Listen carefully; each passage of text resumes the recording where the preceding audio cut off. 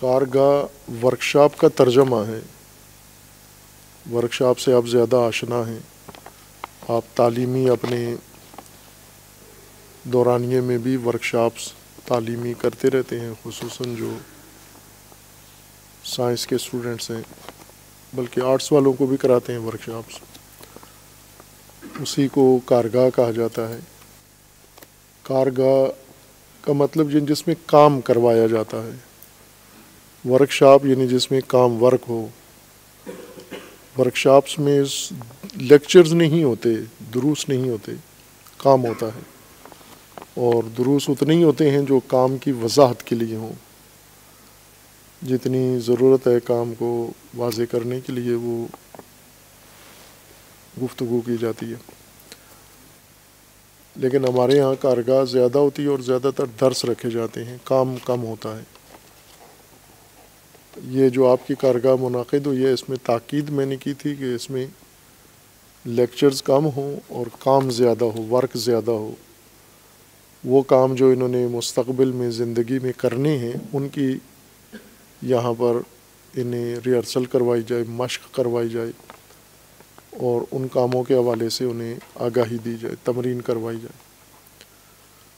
لیکن ابھی یہ کام پختہ ہونا رہتا ہے کارگاہوں والا۔ کارگاہ کا جو اپنا پورا ڈھانچہ ہے وہ انتظامیہ والے سے بھی مکمل ہونا ابھی باقی ہے۔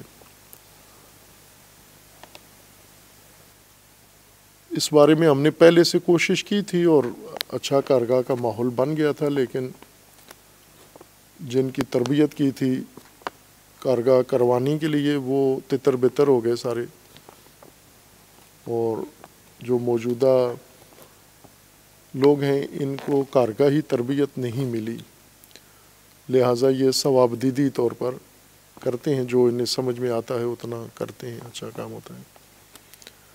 پہلی چیز کارگاہ کے اندر نظم ہے۔ نظم لیکچر کا موضوع نہیں ہوتا، ورک ہے، کار ہے، اور یہاں پہلی تربیت نظم کی ہونی چاہیے۔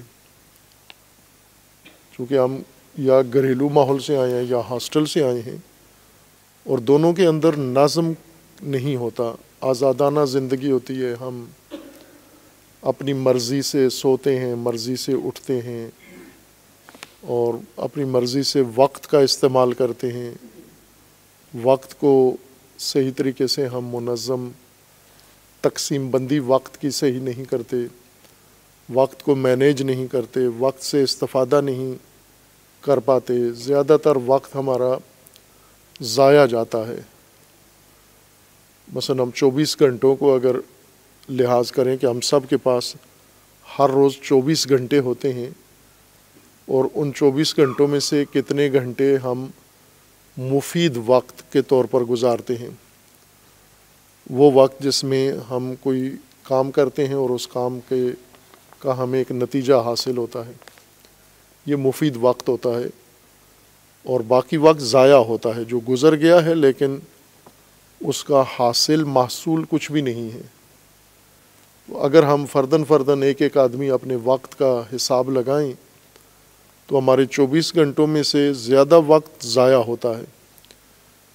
مثلا ابھی جو 24 گھنٹے گزرے ہیں کل سے آج تک، اسی کو اگر آپ شمار کریں تو زیادہ وقت ضائع گیا ہے، تھوڑا وقت ہم نے استفادہ کیا، اس کو مفید بنایا ہے۔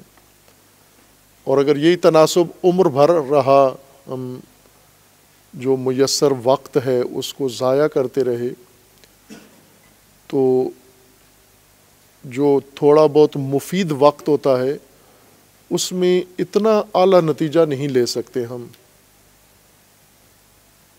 آدھے سے زیادہ وقت ضائع کریں روزانہ، اور پھر باقی ماندہ چند گھنٹوں کے اندر سارے کام نپٹائیں ہم، مفید کام، اس سے نقصان ہے ہمارا۔ تو کارگاہوں کا ایک یہ فائدہ ہوتا ہے کہ نظم انسان کے اندر آ جاتا ہے، اپنے آسودہ ریلیکس ماحول سے انسان باہر آتا ہے اور آ کر ایک ڈسپلن والی فضا میں آ جاتا ہے، اور وہاں پابندی ہوتی ہے ہر چیز کی، اٹھنے بیٹھنے کی، آنے جانے کی، چند دن کے لیے، 4-5 دن کے لیے پابندی کی جاتی ہے، پھر وہ پابندی ہمیں بہت فائدہ دیتی ہے واپس جا کر اپنے گھریلو ماحول میں یا اپنے تعلیمی ماحول میں۔ اس چند روزہ مشقوں سے ہم بہت فائدہ اٹھاتے ہیں۔ جو وقت آپ کے پاس تھوڑا سا رہ گیا ہے اس میں نظم پر تاکید کریں، آپ سب شرکاء بھی، مسئولین بھی، منتظمین بھی، سب کے سب نظم قائم کریں۔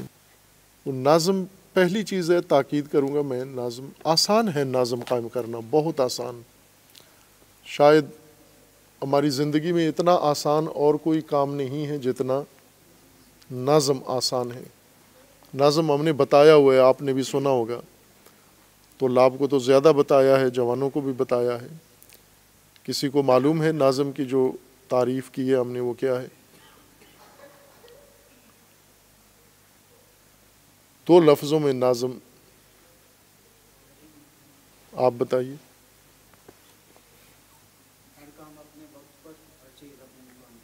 شاباش، ہر چیز اپنی جگہ پر ہو، آدھا نظم یہ ہے، اور ہر کام اپنے وقت کے اندر ہو۔ ہے نا سادہ آسان؟ یہ مشکل ہے؟ ہر چیز اپنی جگہ پر ہو، جیسے جوتا اپنی جگہ پر ہو، بستر کی ہر چیز اپنی جگہ پر ہو، آپ کا ذاتی سامان اپنی جگہ پر ہو، آپ کا لباس۔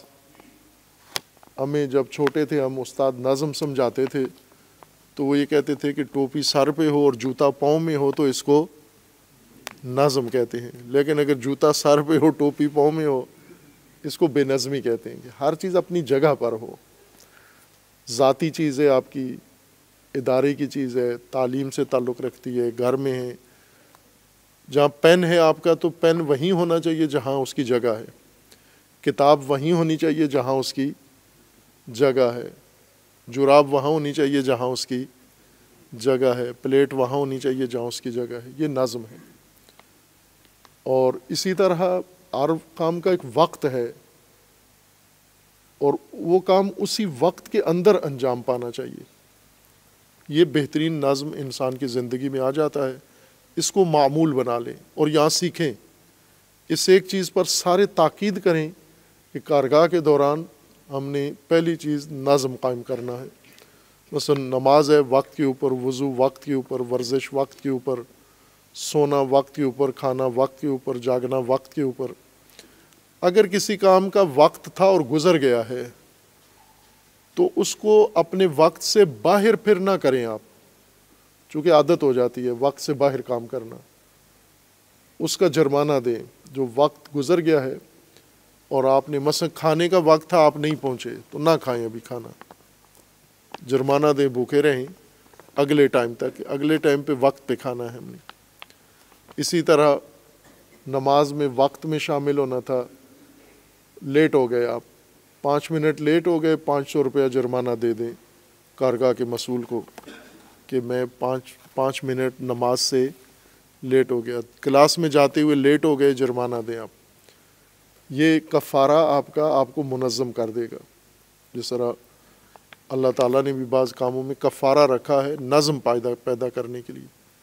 بلکہ اگر ہم یہ کہیں کہ شریعت کا ایک بڑا ہدف انسانی زندگی کو منظم کرنا ہے تو یہ بے جا بات نہیں ہے۔ یہ جتنے احکام بنائے گئے ہیں، لاگو کیے گئے ہیں اور ہمیں سمجھائے گئے ہیں اور ہم سے کروائے جا رہے ہیں، ان کا اصلی بنیادی مقصد ہماری زندگی میں نظم ایجاد کرنا ہے، اور نظم ہی کامیابی کی چابی ہے۔ دنیاوی طور پر جو لوگ کامیاب ہیں، علم کے میدان میں جو کامیاب ہیں، مذہبی دنیا میں جو لوگ کامیاب ہیں، بڑے لوگ ہیں جو اپنے مقاصد تک پہنچے ہیں، مقصد رکھ کر اور مقصد تک پہنچے ہیں، یہ سارے نظم کے چابی سے پہنچے ہیں، نظم کی کلید استعمال کر کے پہنچے ہیں۔ ہم دنیا جان کے معروف ترین شخصیات کے زندگی کو اگر پڑھیں آپ تو سب کی زندگی میں نظم پہلی بات ہے۔ وہ مذہبی بھی ہیں اور غیر مذہبی، دونوں قسم کے افراد، نظم ہی نے ان کو کامیاب کیا ہے اپنی زندگی میں۔ اور کارگاہوں میں پہلی چیز یہی ہوتی ہے کہ نظم سیکھیں ہم۔ اور پھر اس کے بعد جو ضروری آگاہی ہے وہ بھی حاصل کریں، اور کام عملی مہارتیں ہم اپنے اندر ایجاد کریں جو ہمیں زندگی میں، باقی ماندہ زندگی میں، آنے والے ایام میں یہ مہارتیں ہمیں فائدہ دیں، پڑھائی کے دوران بھی، جب پڑھائی سے فارغ ہو جائیں ہم اس وقت، اور جب ہم عملاً کسی عملی میدان میں چلے جائیں تو یہ مہارتیں ہمیں اس وقت بھی فائدہ دیں۔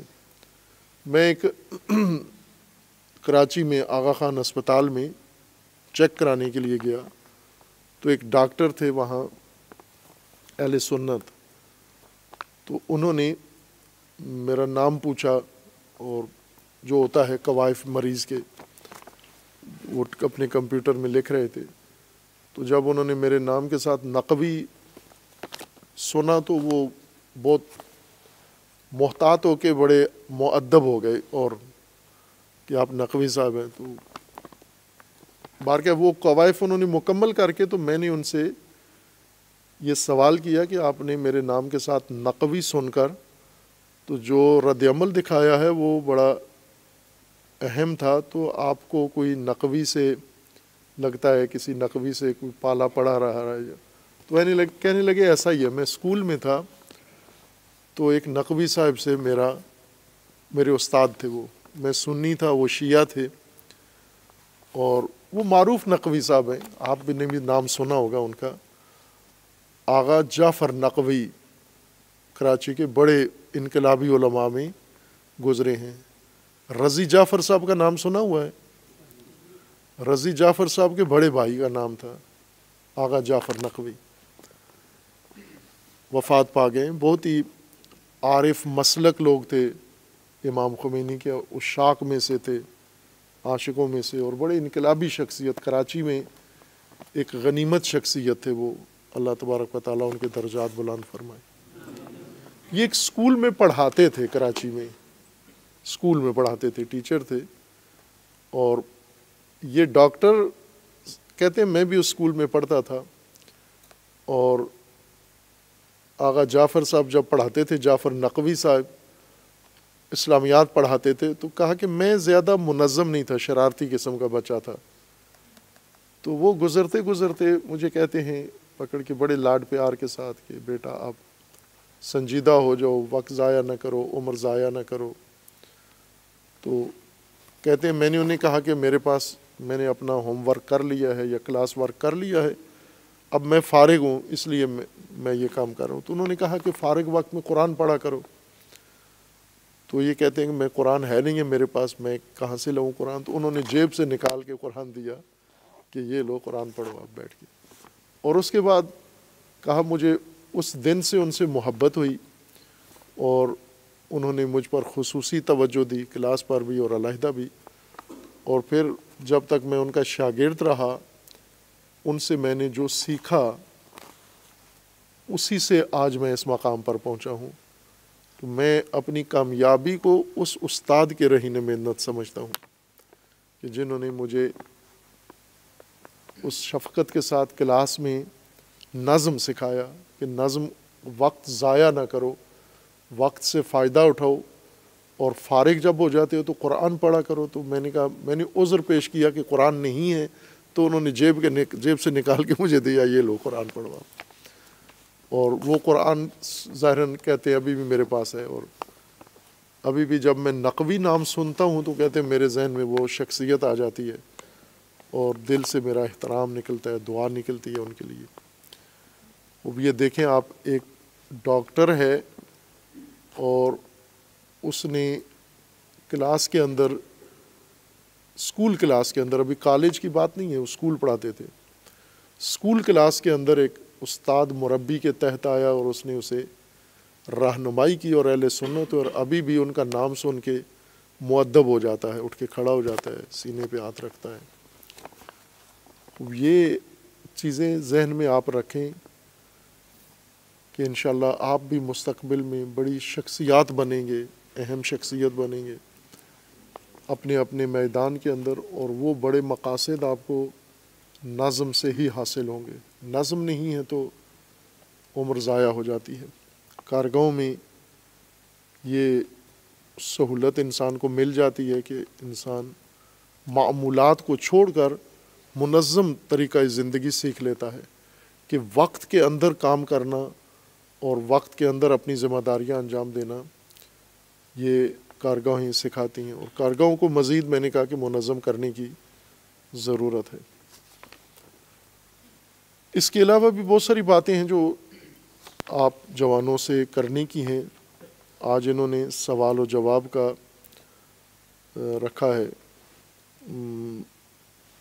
ٹائم، اور اس میں کچھ سوال آپ کی طرف سے لکھے ہوئے مجھے ملے، میں ترتیب کے ساتھ جو مناسب ہیں، یعنی وہ سوالات جو سب کے ذہن کی ترجمانی کرتے ہیں۔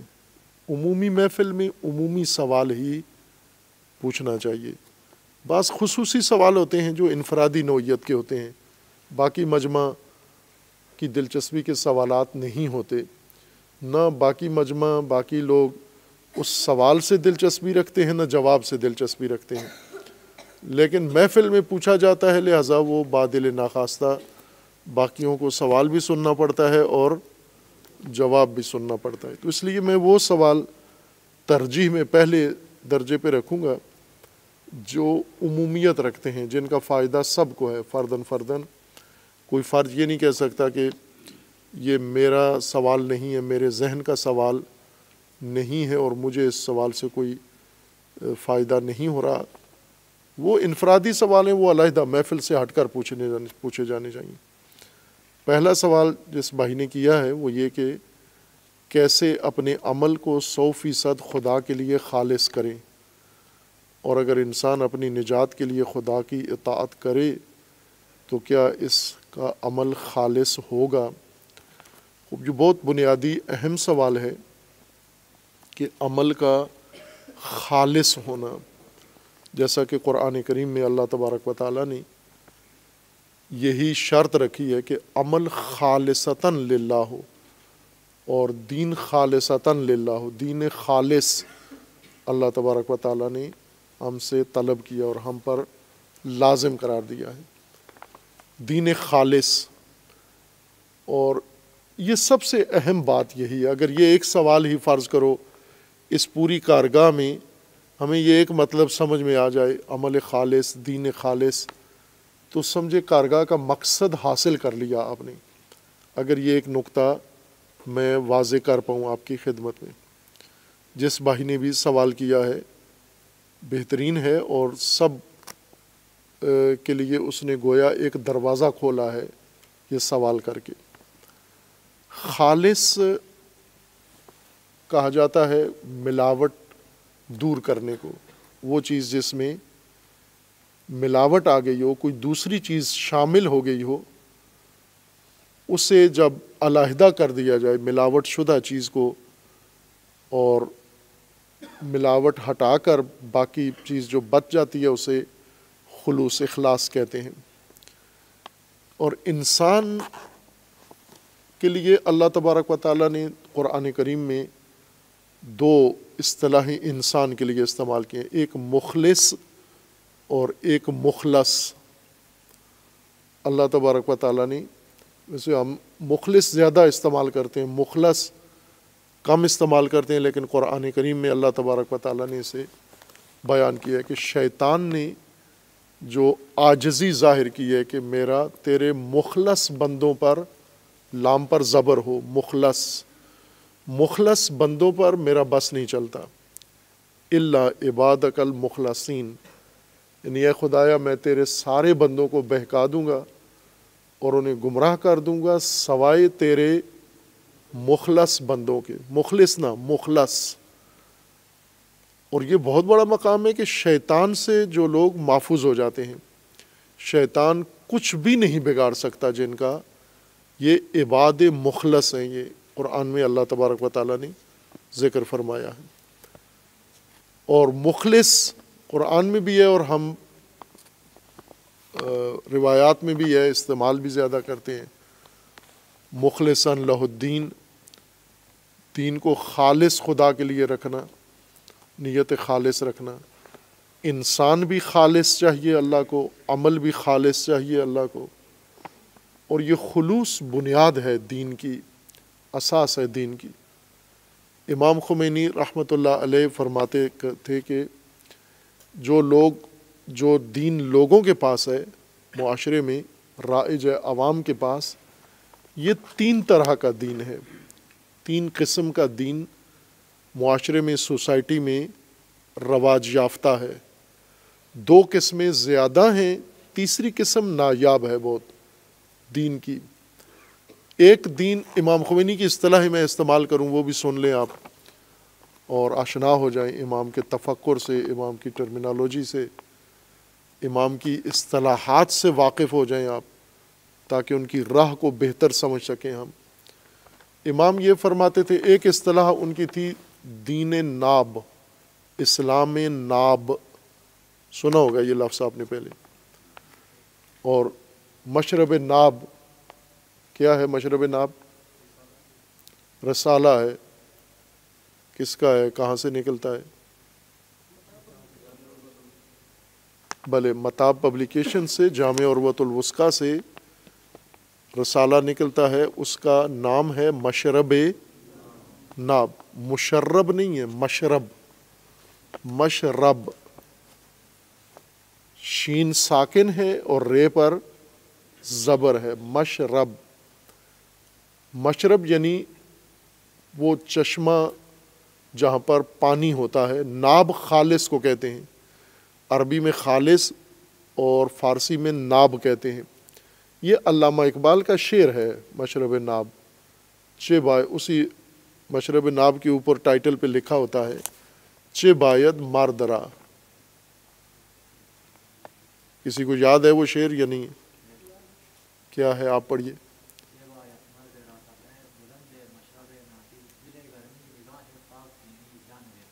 ماشاء اللہ، احسن، صلوات پڑھیں اس بھائی کے لیے آپ۔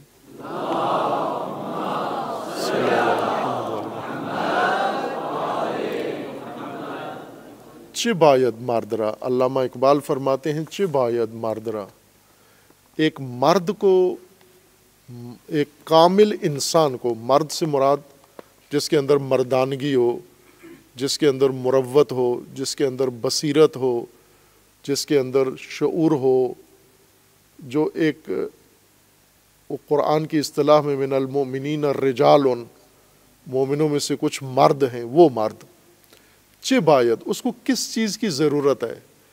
ایک مرد کو، کامل انسان کو کس چیز کی ضرورت ہے؟ پہلی چیز علامہ فرماتے ہیں طبع بلندی، ایک بہت ہی بڑی اعلیٰ شخصیت کا مالک ہو، طبع بلند، ہمت بلند ہو اس کی، چھوٹا اور کوتاہ اور گھٹیا شخصیت کا مالک نہ ہو، گھٹیا نہ ہو۔ گھٹیا انسان مصیبت ہے، اپنے لیے بھی اور دوسروں کے لیے بھی۔ گھٹیا نہیں ہونا چاہیے، پست نہیں ہونا چاہیے، بلند ہمت اور بلند سوچ رکھنے والا، بلند فکر رکھنے والا، بلند ارادے رکھنے والا مرد۔ پہلی چیز طبع بلند، یعنی ایک شخصیت، بڑی بلند اور عظیم شخصیت چاہیے مرد کو۔ دوسری چیز مشرب نابی، دوسری چیز اس بلند ہمت آدمی کو کیا چاہیے؟ وہ نظریہ، خالص نظریہ چاہیے اس کو، خالص دین، کہ جہاں سے وہ سیراب ہو، جہاں سے اپنی پیاس بجھائے۔ مشرب اس چشمے کو کہتے ہیں یا جھیل کو جہاں پر جا کر انسان پانی لیتا ہے پینے کے لیے، شرب کی جگہ جہاں پر شرب کے لیے پانی ہوتا ہے خالص، اس کو مشرب کہتے ہیں۔ اور یہ مشرب ناب یعنی خالص چیز جہاں سے ملے انسان کو، یہ دوسری چیز ہے۔ اور تیسرا کیا ہے اس کے بعد دوسرے مصرع میں؟ دل گرمی، ایک بڑا بجھا ہوا دل نہ ہو، اور وہ گرمی، حرارت دل کے اندر، جذبہ، جوش اور ولولہ ہو، اور وہ جوش بھی، وہ گرمائش، وہ عشق کی گرمائش اس مرد کے اندر موجود ہو۔ اس گرمی کا منبع بھی اقبال نے ذکر کیا ہے کہ وہ حرارت عشق سے گرم ہونا چاہیے۔ دل گرمی، نگاہ پاک بینی، پاک نگاہیں رکھتا ہو، نگاہ پاک ہو، آلودہ نگاہ بھی نہ ہو مرد کی، اور پھر ہے جان بیتابی، اور ایک بیتاب روح ہو، بجھی ہوئی روح اور خاموش روح، منجمد روح نہیں ہو، بیتاب تڑپنے والی روح ہو انسان کی۔ یہ 5 چیزیں اقبال مرد کے لیے فرماتے ہیں، چبایت یعنی یہ ضروری ہیں۔ ایک مرد کامل ان اوصاف سے بنتا ہے، اور ان 5 چیزوں میں سے ایک مشرب ناب ہے، خالص سوچ، خالص نظریہ، اور خالص دین، خالص مذہب، خالص اسلام۔ آپ کیا سمجھتے ہیں؟ مختلف علاقوں سے ہیں آپ کے علاقوں میں یا پاکستان بھر میں، شہروں میں، مارکیٹوں میں جو دودھ بکتا ہے یہ خالص ہے سارا؟ نہیں ہوتا، خالص دودھ نہیں ہے۔ پس آپ مانتے ہو کہ دودھ خالص نہیں ہے۔ دوائیں جو بکتی ہیں خالص ہیں ساری؟ میڈیسن خالص نہیں ہے۔ آئل، کوکنگ آئل خالص ہے؟ نہیں ہے۔ کوئی چیز ہے کھانے کی جو بالکل خالص مارکیٹ میں ملتی ہو؟ شہد، ہنی خالص ہے جو بازار میں ملتا ہے؟ نہیں ملتا۔ کیا کرتے ہیں اس میں؟ ملاوٹ ڈالتے ہیں۔ ہر چیز میں ملاوٹ آ گئی ہے، اور ملاوٹ والی چیزیں ہی ہم، پتہ ہے ہمیں ملاوٹ والا دودھ ہے، اس میں پانی ہے یا اس میں کوئی اور گندگی ہے، وہی ہم خریدتے ہیں، اسی کو پیتے ہیں، اسی سے چائے بناتے ہیں، اسی پہ خوش ہیں ہم۔ ملاوٹ والی چیزیں کھاتے ہیں، پھر بیمار بھی ہو جاتے ہیں۔ ملاوٹ والی خوراکیں ہیں ہماری، خالص نایاب ہو گئی یہ چیز۔ اسی طرح امام خمینی فرماتے ہیں کہ دین کی ایک قسم ہے دین خالص، قرآن کی اصطلاح، اور امام نے فرمایا تھا اسلام میں ناب۔ علامہ اقبال کے بقول مشرب ناب، امام خمینی کے بقول اسلام ناب، اور قرآن کے بقول دین خالص۔ یہ تینوں ایک ہی حقیقت کو 3 الفاظ بیان کر رہے ہیں۔ ایک دین خالص ہے، ایک دین امام فرماتے تھے کہ دین تحجر ہے۔ تحجر یعنی وہ دین، ایک دودھ ڈبوں والا ملتا ہے بازار سے، اس میں پانی نہیں ہوتا، جو ڈبوں والا دودھ ملتا ہے اس میں ملاوٹ نہیں ہوتی، لیکن یہ بھی خالص نہیں ہے۔ جب ملاوٹ بھی نہیں ہے اور خالص بھی نہیں ہے، یہ اس وجہ سے کہ اس دودھ سے کریم نکال لی جاتی ہے۔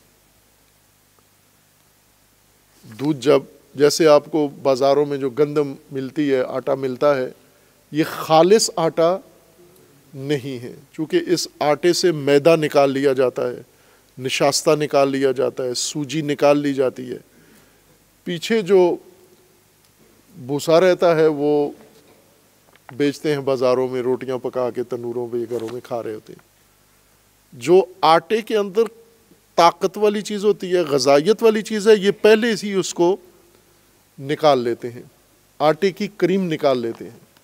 اسی طرح دودھ کی کریم نکال لیتے ہیں، ملائی نکال لیتے ہیں، اور باقی دودھ آپ کو بیچ دیتے ہیں۔ امام فرماتے ہیں کہ ایک مذہب اسلام بھی ایسا ہے، ایسا اسلام جس سے کریم نکال لی گئی ہے۔ اب پیچھے جو مذہب رہ گیا ہے، یہ امام اس کو نام دیتے تھے، یہ تحجر ہے۔ علامہ اقبال نے اس کا نام رکھا ہوا تھا خانقاہیت۔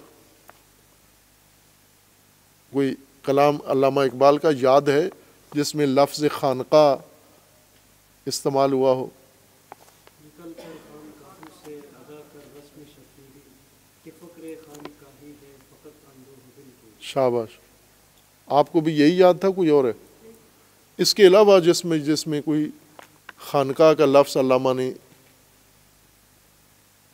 ایک ہی شعر خانقاہ والا یاد ہے؟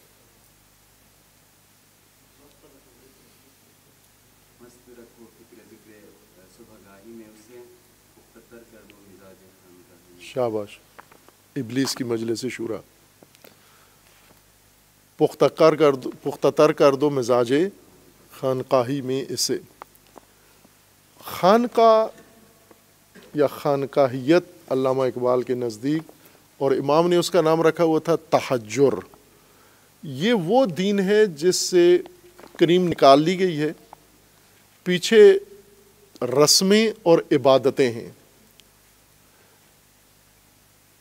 آپ میں سے بعض لوگوں کے گھروں میں بھینسیں گائے وغیرہ رکھی ہوں گی، آپ نے نہیں بھی رکھی ہوں گی، پڑوس میں ہوں گی، اور جن کے گھروں میں دودھ والے جانور ہوتے ہیں یہ دودھ نکالتے ہیں، بعض تو بیچ دیتے ہیں لیکن بعض اپنے گھر میں استعمال کرتے ہیں، اور دودھ کا ایک مصرف یہ ہوتا ہے کہ اس سے دہی بناتے ہیں، اور دہی سے پھر لسی بناتے ہیں۔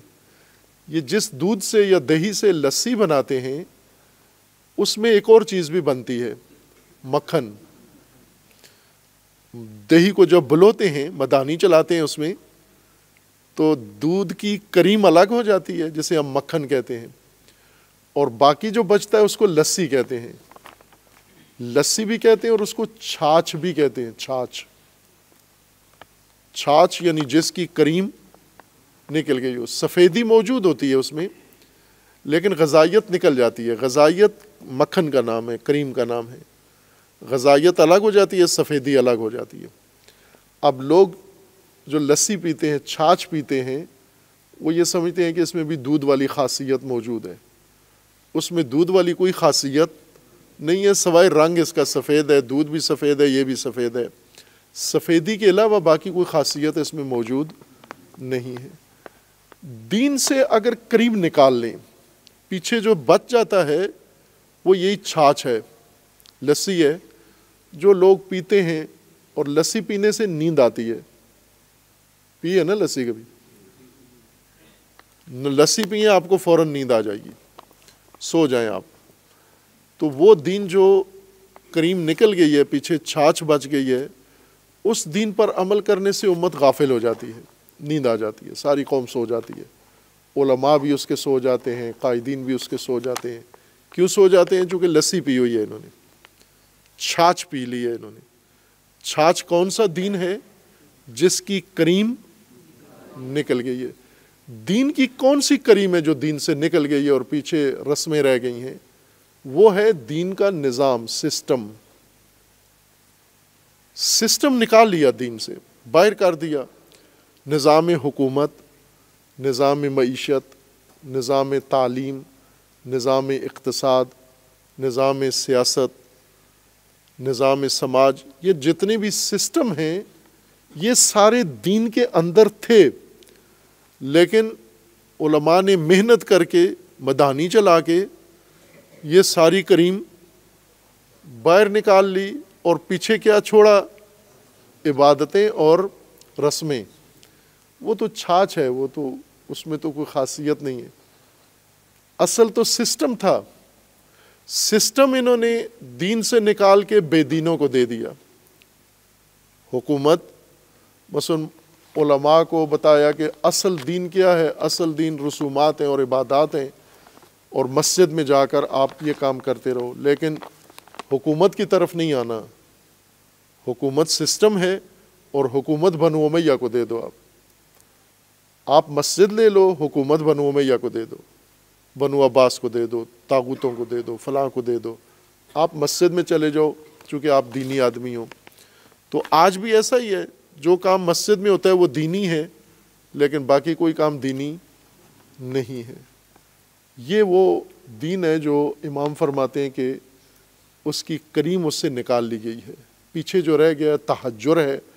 تہجر یعنی انجماد، اور تہجر کا مطلب حجر سے ہے، پتھر سے، یعنی جیسے پتھر ٹس سے مس نہیں ہوتا اور پتھر کے اندر کوئی رشد کی گنجائش نہیں ہے، یہ دین بھی ایسا منجمد ہے، انسان کو، قوم کو منجمد کر دیتا ہے، حرکت ختم کر دیتا ہے۔ پتھر میں حرکت نہیں ہے۔ دین، حقیقی دین، خالص دین کی بنیادی شرط یہ ہے کہ وہ انسان میں حرکت پیدا کرتا ہے۔ لسی حرکت پیدا نہیں کرتی، وہ قوت حرکت پیدا کرتی ہے، اور وہ سسٹم ہے، وہ نظام ہے، یہ نکال دیا گیا۔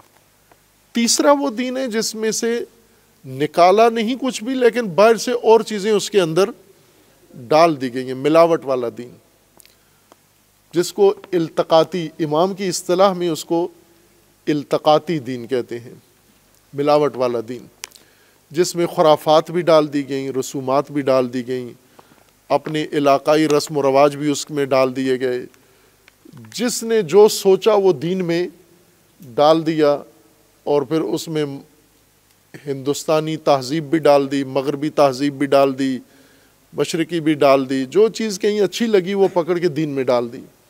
یہ ملاوٹ والا دین ہے، اور یہ دونوں وہ دین ہیں جو اس وقت رائج ہیں۔ رائج دین آپ علماء سے بھی پوچھیں، آپ عوام سے پوچھیں، شیعہ سنی سب سے، دین کس چیز کا نام ہے؟ وہ کہتے ہیں یہ عبادات اور رسومات، یہ دین ہے، لیکن باقی کوئی چیز دینی نہیں ہے۔ یہ تحجر کا دین خانقاہیت ہے علامہ اقبال کے بقول، اور امام کے بقول یہ تحجر ہے، یہ اور یہی لوگوں میں کثرت سے رائج ہے۔ پاکستان کی اکثریت مسلمان شیعہ سنی سب نظام کو دین کا حصہ نہیں سمجھتے۔ دین یہ نماز روزہ یہ چیزیں دین ہیں۔ شیعہ سے پوچھیں دین کیا ہے، رسومات ساری ان کی دین ہے، لیکن سسٹم کوئی بھی دینی نہیں ہے۔ علماء بھی اوپر اسی طرح سوچتے ہیں۔ امام فرماتے ہیں کہ اصل دین خالص ہے۔ دین خالص یعنی جو کچھ اللہ نے بنایا، جو رسول اللہ پہ اترا، نہ اس سے کوئی چیز نکالی گئی ہے، نہ اس میں کوئی چیز ڈالی گئی ہے، جو اہل البیت کا دین ہے۔ بنو امیہ نے دین میں کچھ ڈالا، بنو عباس نے ڈالا، دوسروں نے ڈالا۔ اہل البیت کے دین میں نہ اضافہ ہوا، نہ اس میں سے کوئی چیز باہر نکالی گئی ہے، نہ اس کے اندر باہر سے کوئی چیز ڈالی گئی ہے۔ جو اللہ نے دین بنایا تھا وہی خالص دین، اس کو دین ناب کہتے ہیں، اسلام ناب۔ اور وہ اسلام ناب اگر آپ نے سیکھنا ہے، پڑھنا ہے، تو وہ صرف امام خمینی کے ہاں ملے گا آپ کو۔ باقی جو شاپس ہیں ان کے اوپر دین ہے، لیکن خالص، جیسے ابھی کچھ علاقوں میں جیسے شہد، کچھ علاقوں میں شہد بنتا ہے تو سب نے لکھا ہوتا ہے کہ ہمارے ہاں خالص شہد ملتا ہے، ہمارے ہاں خالص دودھ ملتا ہے۔ کیا جن دکانوں پہ لکھا ہوتا ہے ہمارے یہاں خالص دودھ ملتا ہے واقعاً خالص ہوتا ہے دودھ؟ ناخالص دودھ خالص کے بورڈ کے نیچے بیچ رہے ہوتے ہیں۔ خالص دین اسلام ناب، امام نے فرمایا کہ وہ خود بتایا کہ یہ اسلام ناب ہے، جو اللہ نے جس کے اندر جو چیز رکھی وہی اس کا حصہ ہے، جو لوگوں نے ڈال دی وہ اس خرافات اس کا حصہ نہیں ہے۔ خوب یہ خلوص کا ایک اہم شعبہ ہے دین خالص، انسان خالص، اور بھائی نے سوال کیا عمل خالص، کہ اللہ تبارک و تعالیٰ کو فقط عمل خالص چاہیے، یعنی عمل خالص ہے جو آپ کو فائدہ دے سکتا ہے، ناخالص عمل آپ کے کسی کام نہیں آئے گا۔ اور عمل کا خلوص اس صورت میں ہوتا ہے کہ وہ تمام ارکان عمل کے جو عمل کو تشکیل دیتے ہیں وہ سارے اس کے اندر موجود ہوں۔ بعض کہتے ہیں کہ نیت میں اگر صرف خلوص ہو، نیت اللہ کے لیے ہو تو عمل خالص ہو جاتا ہے۔ نہ، یہ پہلی شرط ہے خلوص کے لیے کہ اللہ کے علاوہ کسی اور کے لیے عمل نہ ہو۔ مثلا آپ نے کسی فقیر کو کھانا دینا ہے فقط اللہ کے لیے، کوئی اور آپ کی نیت میں نہیں ہے، لیکن جو کھانا آپ اس کو دے رہے ہیں اس کھانے میں آپ مثلا فقیر کو دودھ پلانا ہے آپ نے، اور فقط اللہ کے لیے، اللہ کے علاوہ کوئی اور آپ کا مقصود نہیں ہے، اللہ کی خاطر آپ کسی فقیر کو دودھ دیتے ہیں، لیکن دودھ میں تھوڑا سا پانی ڈال دیتے ہیں، آپ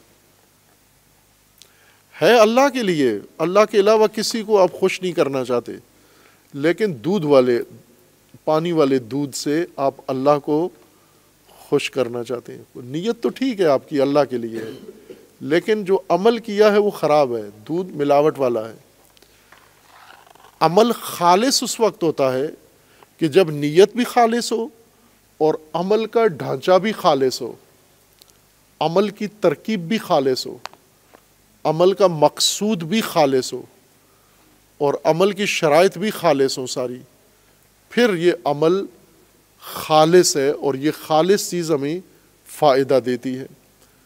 عمل جیسے دوا ہے، ہم دوا پیتے ہیں تو یہ دوا اگر خالص ہوگی تو ہمیں فائدہ دے گی۔ اللہ کا حکم ہے کہ خالص دوا کھاؤ، تو اس کا یہ مطلب یہ نہیں ہے کہ ہم ناخالص دوا بھی کھا لیں اور نیت پاک رکھیں، نیت صاف ہو کہ للہ فی اللہ قربتاً اللہ، میں ملاوٹ والی دوا کھا رہا ہوں۔ خوب اب آپ اللہ کے اوپر 100% نیت فقط خدا کے لیے کر کے ملاوٹ والی دوا کھائیں، آپ کو شفا ملے گی؟ نہیں ملے گی۔ یہ دوا پاک ہونی چاہیے، خالص ہونی چاہیے، خالص دوا ہونی چاہیے۔ نیت یہ ہو کہ فقط اللہ کی رضا کے لیے ہے، لیکن یہ چیز بھی خالص ہونی چاہیے، اس وقت یہ عمل آپ کا خالص ہوگا۔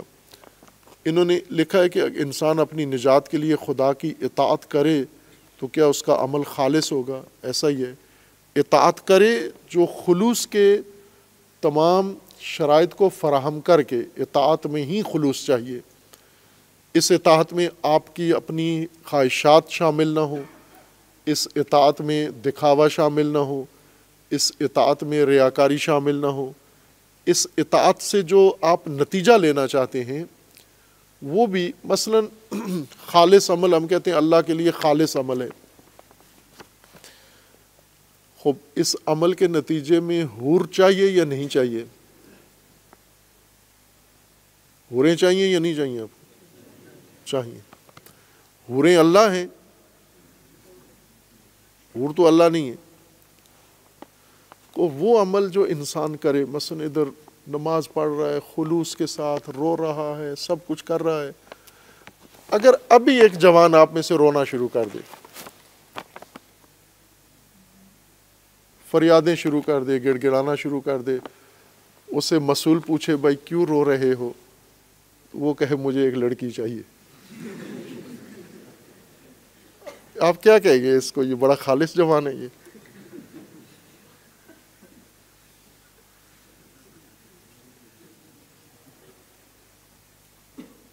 اگر کوئی کرے یہ کام ہماری نظروں میں کیا ہوگا؟ وہ بڑا عظیم انسان ہے، وہ تو بڑا گھٹیا آدمی ہے جو عورت کے لیے، لڑکی کے لیے رو رہا ہے، یہاں پر بیٹھ کر مسجد میں آ کے رو رہا ہے۔ خوب آپ کو یہاں لڑکی نہیں چاہیے، ادھر مرنے کے بعد چاہیے، حور چاہیے وہاں پر۔ یہ جو گریہ کر رہے ہو، یہ جو سجدے کر رہے ہو، یہ جو عبادتیں کر رہے ہو، آخر انتہا کیا ہے اس عمل کا؟ چاہتے کیا ہو؟ چاہتے حوریں ہیں۔ حوریں کیا ہیں؟ ان دنیاوی لڑکیوں سے بھی زیادہ خوبصورت لڑکیاں۔ یہ زیادہ خوبصورت لڑکیاں، یہ خلوص ہے انسان کا، مرد کا۔ بہت خالص ترین مرد وہ ہے کہ جو اپنے سارے عمل میں نگاہیں حوروں پر رکھے ہوئے، خوبصورت لڑکیوں پر۔ یہ سارے عمل کا نتیجے میں مجھے خوبصورت لڑکیاں ملیں گی، یہ خالص مرد ہے۔ یہ تو بہت ہی ناخالص ہے۔ یہ معنویت کو بھی اس کے آگے حوریں بیٹھی ہوئی ہیں، یہ کیسا خالص عمل ہے؟ اب آپ جو اپنے سنا ہوا ہے، دین کا نتیجہ، مقصد اور ہدف دین کا جنت اور ثواب ہے، اور ثواب سب سے اعلیٰ ثواب حوریں ہیں۔ ایک کالم نگار نے کالم لکھا، پاکستان کے معروف شخصیت ہیں مولانا صاحب، جو جنت بڑی خوبصورت بیان کرتے ہیں، جو جنت کا نقشہ کھینچتے ہیں، بہت اعلیٰ، وہ اس کے جو تصویر، لفظی تصویر کھینچتے ہیں۔ تو انہوں نے حور بتائی کہ جنت میں جو مرد کو، مومن کو حور ملے گی، تو انہوں نے بتایا کہ 30 میل 30 میل، کلومیٹر سے زیادہ ہوتا ہے میل، آپ 30 کلومیٹر فرض کر لو کہ مرد مومن کو اللہ جو حوریں دے گا، تو ہر حور جو ہے اس کی 30 میل کی ایڑی ہوگی، صرف اوپر ٹانگ اور باقی قد جو ہے وہ الگ ہے۔ یہ مزاحیہ کالم نگار تھا، اس نے دوسرے دن کالم لکھا کہ میں نے جب سے اس مولانا کی تقریر سنی ہے تو میں پریشان ہو گیا ہوں کہ میں 5 فٹ کا بندہ ہوں سارا، اور جو مجھے حور ملے گی وہ 30 میل اس کی ایڑی ہوگی صرف، تو میں تو سیڑھی لگا کے بھی اس کی ایڑی تک بھی نہیں پہنچ سکتا، میں اس سے میں کیسے لطف اندوز ہوں گا اس سے؟ یہ کیا بتا رہے ہو آپ نا؟ اب ظاہر ہے کہ وہ حور انہوں نے سمجھا جتنی لمبی بتاؤ اتنا زیادہ مومن کے لیے، لیکن ایک مومن تھا، اس نے غور کیا کہ اتنی لمبی حور میرے کس کام آئے گی وہاں پہ؟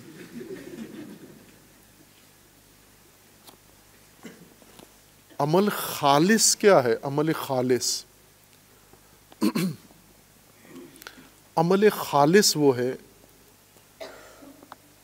کہ جس ہدف کے لیے، جس مقصد کے لیے، جس ترکیب کے ساتھ، جس ترتیب کے ساتھ اللہ نے یہ عمل مقرر کیا ہے اس کو اسی طرح انجام دو آپ۔ مثلا دوا، آپ کو بیمار ہو، آپ کو دوا کھانی ہے، یہ دوا کھانے سے حور ملے گی یا شفا ملے گی؟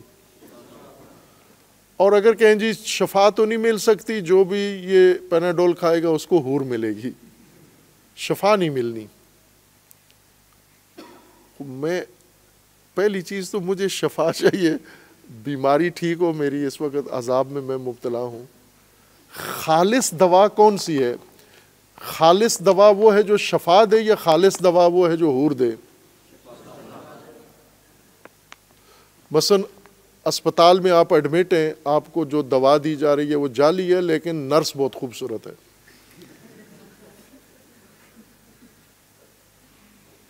یہ خالص آپ شفا پا جاؤ گے؟ اسپتال کی خوبصورت نرسوں سے بیمار ٹھیک ہو جاتا ہے؟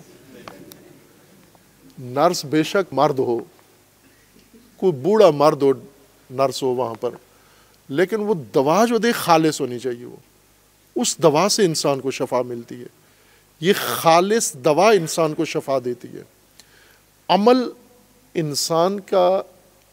انسان کی شخصیت کو بناتا ہے، خالص عمل سے آپ کی شخصیت بننی ہے،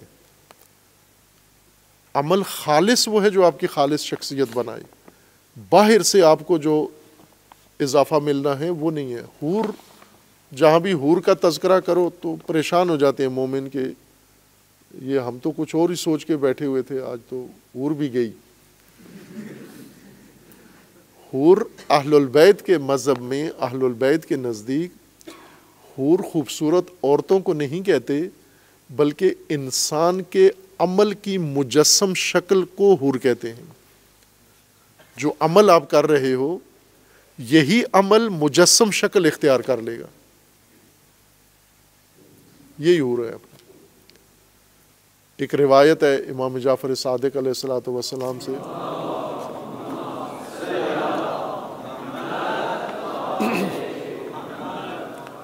اس میں امام علیہ السلام فرماتے ہیں کہ جب مومن خالص مخلص مومن جب قبر میں جائے گا تو قبر میں بہت ہی خوبصورت حسینائیں قبر میں اس کے ارد گرد آ جائیں گی، اور یہ ان کے حسن کو دیکھ کر بہت متاثر ہوگا، تعجب کرے گا، اور وہ حسینائیں ساری اس کے قریب آ کے اس کو گھیر لیں گی چاروں طرف سے، اور یہ ان کے حسن کے سامنے محو ہو کے اس کو یقین نہیں آ رہا، آنکھوں سے کبھی ایسا حسن دیکھا نہیں تھا اس نے۔ پھر سر کی طرف سے جو سب سے خوبصورت حسینہ ہے وہ سر کی طرف سے اس کے پاس آئے گی اور آ کر اس کو کہے گی مجھے پہچانا ہے، تو یہ مومن کہے گا نہیں، میں نے آپ کو پہلے کبھی دیکھا ہی نہیں ہے، پہلی دفعہ دیکھ رہا ہوں، میں نے نہیں پہچانا۔ تو وہ پھر کہے گی غور کرو شاید پہچان لو، یہ پھر غور کرتا ہے، کہتے پھر بھی نہیں پہچانا، میں نے پہلے کبھی دیکھا ہی نہیں ایسا حسن۔ تو اس حسین صورت نے اپنا تعارف کروانا ہے کہ تو نہیں مجھے پہچان سکا، تعجب ہے تو مجھے پہچان ہی نہیں سکا۔ تو کہا آپ کون ہو؟ تو وہ حسین صورت کہے گی میں تیری نماز ہوں۔ میں تیری نماز ہوں، میں وہ ہوں جو تو نے خوبصورتی کے ساتھ نماز پڑھی تھی، آداب کے ساتھ پڑھی تھی، حسن و احسان کے ساتھ نماز پڑھی تھی، میں وہی ہوں، میں تیرا ہی عمل ہوں، باہر سے نہیں، اجنبی نہیں ہوں، تیرا عمل ہوں، تو مجھے پہچانتا ہی نہیں ہے۔ خوب ظاہر ہے کہ اس نے نماز کو اور شکل میں دیکھا تھا، اب نماز اور شکل میں آ گئی۔ نماز کا معاوضہ نہیں ہے، نماز کے بدلے میں حور نہیں ہے، خود نماز مجسم ہو کر اس خوبصورتی کے ساتھ انسان کے ساتھ آئے گی۔ پھر اسی طرح ایک ایک کر کے دیگر صورتیں آئیں گی، ہمیں پہچانا، یہ کہے گا نہیں پہچانا، پھر وہ اپنا تعارف کروائیں گی، میں تیرا روزہ ہوں، میں تیری فلاں عمل ہوں، میں تیرا فلاں عمل ہوں۔ اس وقت اس کو احساس ہوگا کہ میں جن حسیناؤں کے جرمٹ میں ہوں، یہ میرے اعمال حسنہ ہیں، یہ حسنات ہیں میرے، جو میں نے دنیا میں انجام دیے تھے، ابھی مجسم ہو کر مجھے لوٹا دیے گئے۔ آپ کے عمل کا تجسم ہے حوریں، نہ کہ فیمیل ہیں اور یہاں پر مرد پوری تیاری کر رہے ہیں۔ اب عورتیں پریشان ہیں کہ ہمیں کیا ملے گا جنت میں، مردوں کو تو حوریں ملیں گی، ہمیں کیا ملے گا؟ یہ حوریں دونوں کو ملیں گی، چونکہ عمل صالح دونوں کا ہے، عورتوں کا عمل بھی مجسم ہو کے عورتوں کو ملے گا، مردوں کا عمل مجسم ہو کے مردوں کو ملے گا۔ محروم اور بے نصیب کوئی بھی نہیں ہوگا، اور شہوت رانی نہیں ہے، ممنوع ہے جنت میں شہوت رانی کسی قسم کی، نہ جائز اور نہ ناجائز۔ شہوت کہاں تک ہے؟ مرنے تک، مرنے کے بعد ختم ہو گئی، یہ جسم گیا، شہوت بھی یہیں ختم ہو گئی، پھر شہوت نہیں پیدا ہونی دوبارہ جب اللہ اٹھائے گا قیامت میں۔ اس وقت یہی اعمال ہیں آپ کے، آپ اپنے عمل کے اختیار میں ہوں گے۔ تو عمل خالص وہی نتیجہ ہے جو آپ کو خود عمل کی صورت میں ہی عطا ہو جائے گا، اور وہ عمل آپ کی شخصیت بنا رہا ہے دنیا میں، آپ اپنی شخصیت تشکیل دے رہے ہیں عمل کے ذریعے سے۔ لہذا عمل خالص ہی بنیاد ہے۔ جس بھائی کا بھی یہ سوال ہے، بہت عمدہ سوال پوچھا ہے آپ نے۔ ایک سوال یہ ہے کہ یہ موضوعات کے انسان شناسی، امت سازی اور امامت وغیرہ، ان کا آخری مرحلہ یا آخری ہدف کیا ہے، کہ دنیا میں امام کی حکومت یا نظام امامت قائم ہونے کے بعد کیا ہوگا؟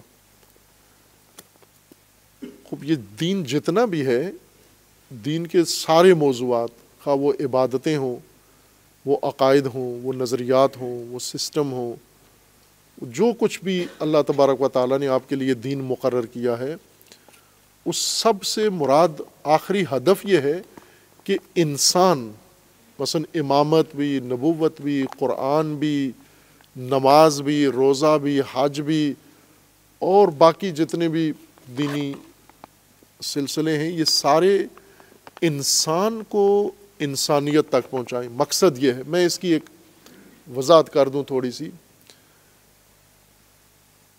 یہ ایک ضابطہ ہے، قرآنی ضابطہ ہے، عقلی بھی ہے، کہ اللہ تبارک و تعالیٰ نے انسان کو انسان بنا کر پیدا نہیں کیا، بلکہ انسان بننے کے لیے پیدا کیا ہے۔ انسان جب پیدا ہوتا ہے، بچہ ماں کے پیٹ سے دنیا میں آتا ہے، تو یہ انسان نہیں ہوتا، انسانیت کا بیج ہوتا ہے۔ اس بیج سے بعد میں انسان بن سکتا ہے، یہ بیج انسان ہو سکتا ہے، لیکن ابھی یہ انسان نہیں ہے۔ انسان بننے کی صلاحیت کا نام ہے یہ، اس نے انسان بننا ہے، اور جو انسان بننے کا مرحلہ ہے وہ اس نے خود انجام دینا ہے۔ اللہ تبارک و تعالیٰ نے انسان کی خلقت جو انجام دی ہے، تو خلقت میں فقط انسانیت کا بیج بنایا ہے، اور اس خلقت کے بعد ایک عمل انسان کے لیے خود چھوڑ دیا ہے، وہ انسان نے خود انجام دینا ہے، وہ ہے خلق۔ خلق اور خلق۔ خلق جو اللہ نے بنا دیا ہے، یہ ڈھانچہ، یہ خلق ہے، اور جو اس کے اندر انسان نے اس سانچے میں بھرنا ہے، انسانیت اور شخصیت، یہ خلق ہے انسان کا، یہ انسان نے خود پیدا کرنا ہے اپنے اندر خلق۔ مقصد یہ ہے، مثلا انبیاء کیوں آئے ہیں؟ انسان کو انسان بننے میں مدد دینے کے لیے۔ ائمہ کیوں ہیں؟ انسانوں کو انسان بننے میں تعاون کرنے کے لیے آئے ہیں۔ قرآن آسمانی کتابیں کیوں ہیں؟ انسان کو انسان بننے کے لیے، یعنی اس بیج کو بھرپور انسان، کامل انسان بننے کے لیے مدد دینے کے لیے قرآن آیا ہے۔ سارے دین کا اور دین کے تمام تعلیمات کا اور تمام حصوں کا اصل نہائی فائنل الٹیمیٹ ہدف کیا ہے؟ کہ یہ سارے مل کر اس بیج کو انسان بننے تک پہنچا دیں۔ جسے کہا جاتا ہے یہ مقام خلافت ہے، انسان خلیفۃ اللہ ہے تو یہ مقام خلافت ہے، انسان ہے۔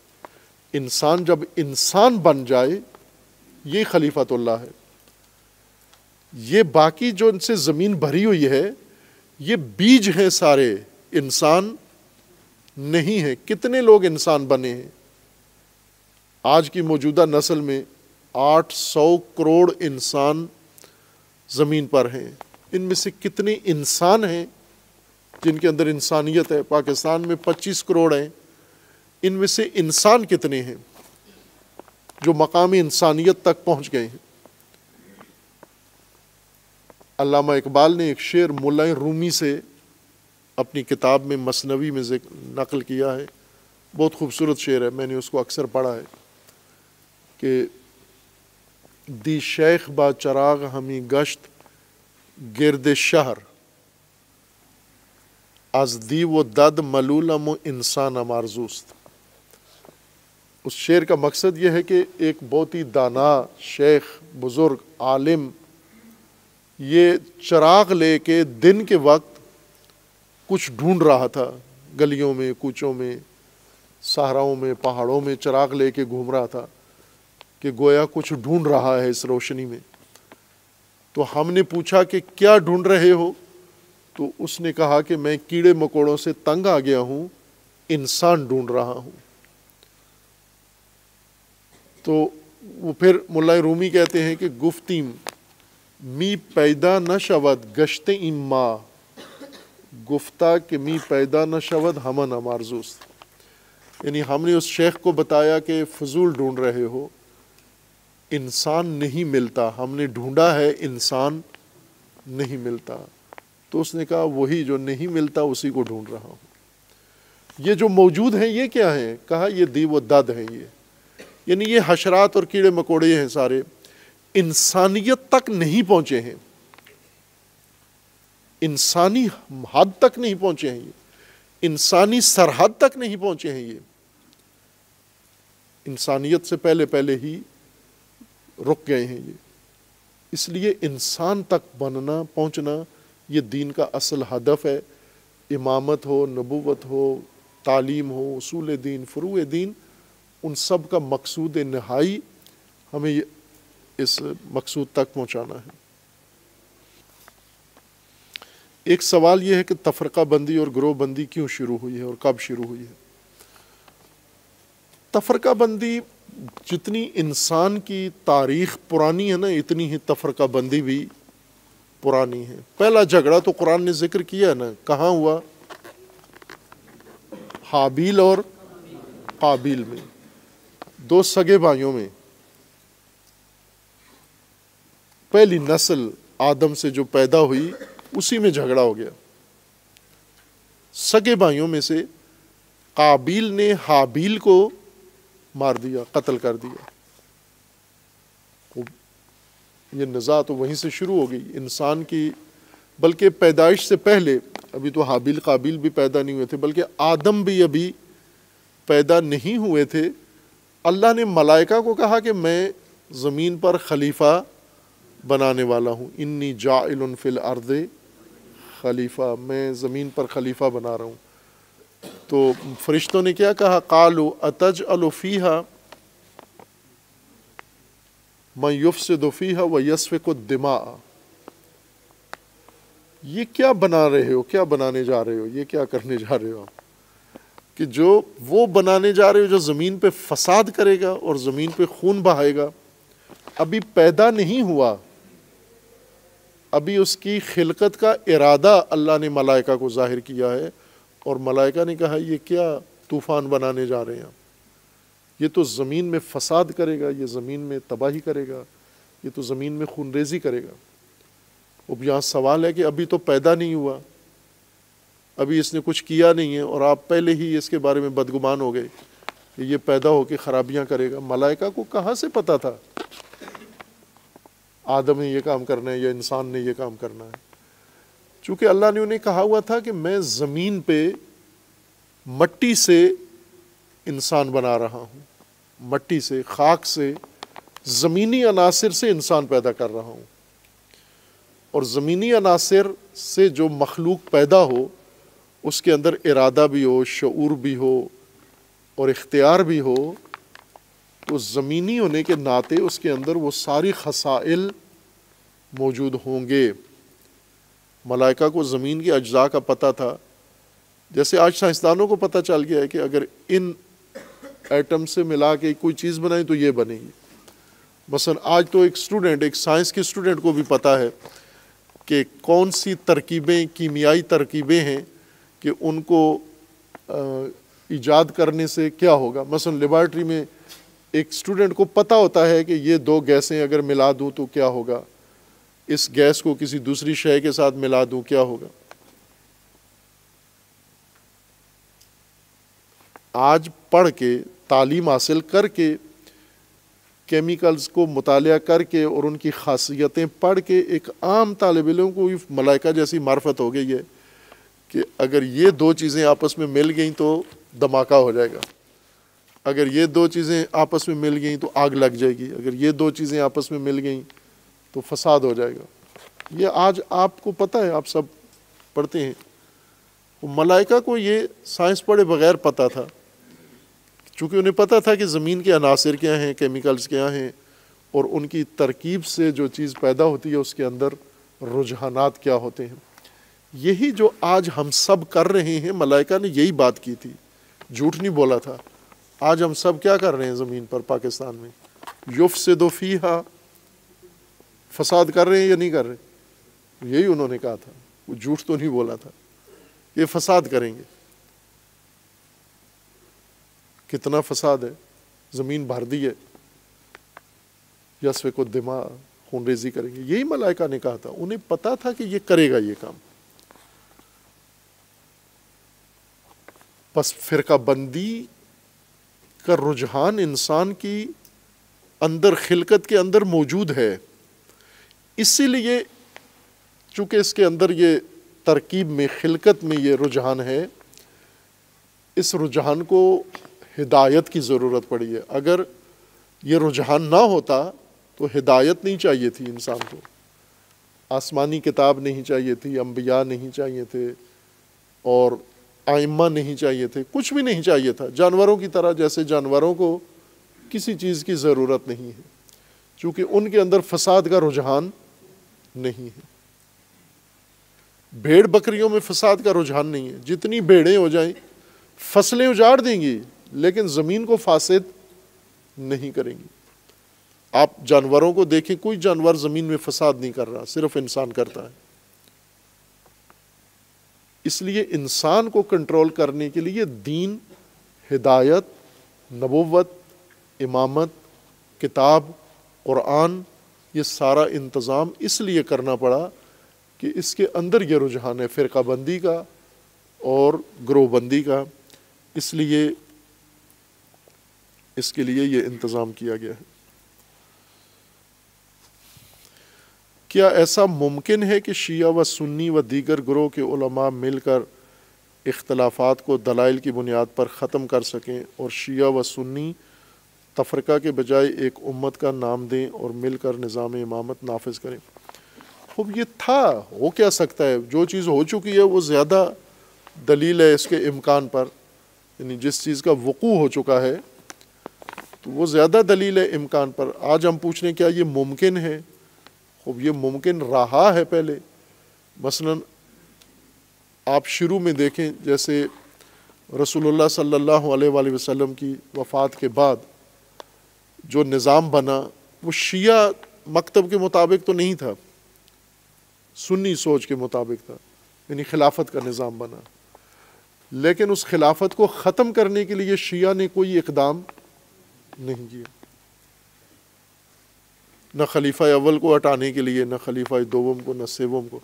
خلیفہ سوم کو شیعہ نے بچانے کی کوشش کی، ان کے اپنے ساتھیوں نے ہٹانے کی کوشش کی، مار بھی دیا، لیکن امیر المومنین نے خلیفہ سوم کا دفاع کیا، امام حسن و امام حسین علیہ السلام نے دفاع کیا، گارڈ بن کے، محافظ بن کے ان کے کھڑے رہے، اور ان کے مشاور بن کے ان کو سمجھاتے رہے کہ آپ کی حکومتی پالیسیاں ٹھیک نہیں ہیں، آپ کے مشاورین ٹھیک نہیں ہیں، آپ نے جو سیاسی عہدے رکھے ہیں یہ درست نہیں ہے، بنو امیہ کو آپ نے جو کچھ دیا ہے ٹھیک نہیں ہے، آپ کی حکومت خراب ہو جائے گی۔ تو وہ انہوں نے کیا، اس وجہ سے ہو گیا، ورنہ امیر المومنین نے نہ خلیفہ اول کی حکومت گرانے کی کوشش کی، نہ خلیفہ دوم کی، نہ خلیفہ سوم کی، بچانے کی کوشش کی، ان کے ساتھ تعاون کیا۔ تو یہ پھر جب امیر المومنین کی حکومت بنی تو ظاہر ہے کہ امیر المومنین امام اول تو نہیں لوگوں نے مانا، خلیفہ چہارم مانا۔ تو خلیفہ چہارم تو تشیع نہیں ہے، تشیع تو امام اول ہے کہ علی امام اول ہے، خلیفہ چہارم کا مطلب یعنی سنی نظریہ۔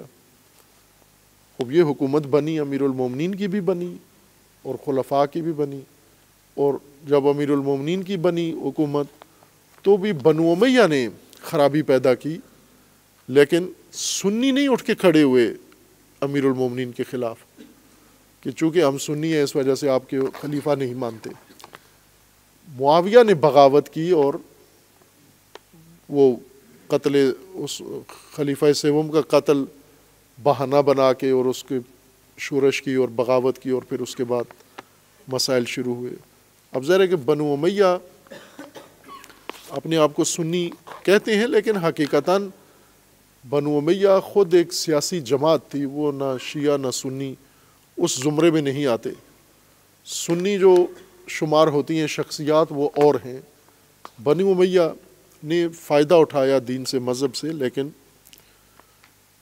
ہو سکتا ہے جیسا خلفائے راشدین، خلفائے راشدین 4 خلیفے ہیں، 3 سنی اور 1 شیعہ، تو آج بھی ہو سکتا ہے ایسے، آج بھی یہی ترتیب رکھ لیں پاکستان میں کہ 3 ٹینیور سنیوں کے ہوں، چوتھا شیعوں کو دے دیں، ہو سکتا ہے اگر آپس میں مل بیٹھیں، سمجھوتا کریں، بات چیت کریں، فرقہ واریت سے نکلیں اور دینی نظام پر اگر اکتفا کریں تو ہو سکتا ہے، آج بھی ہو سکتا ہے۔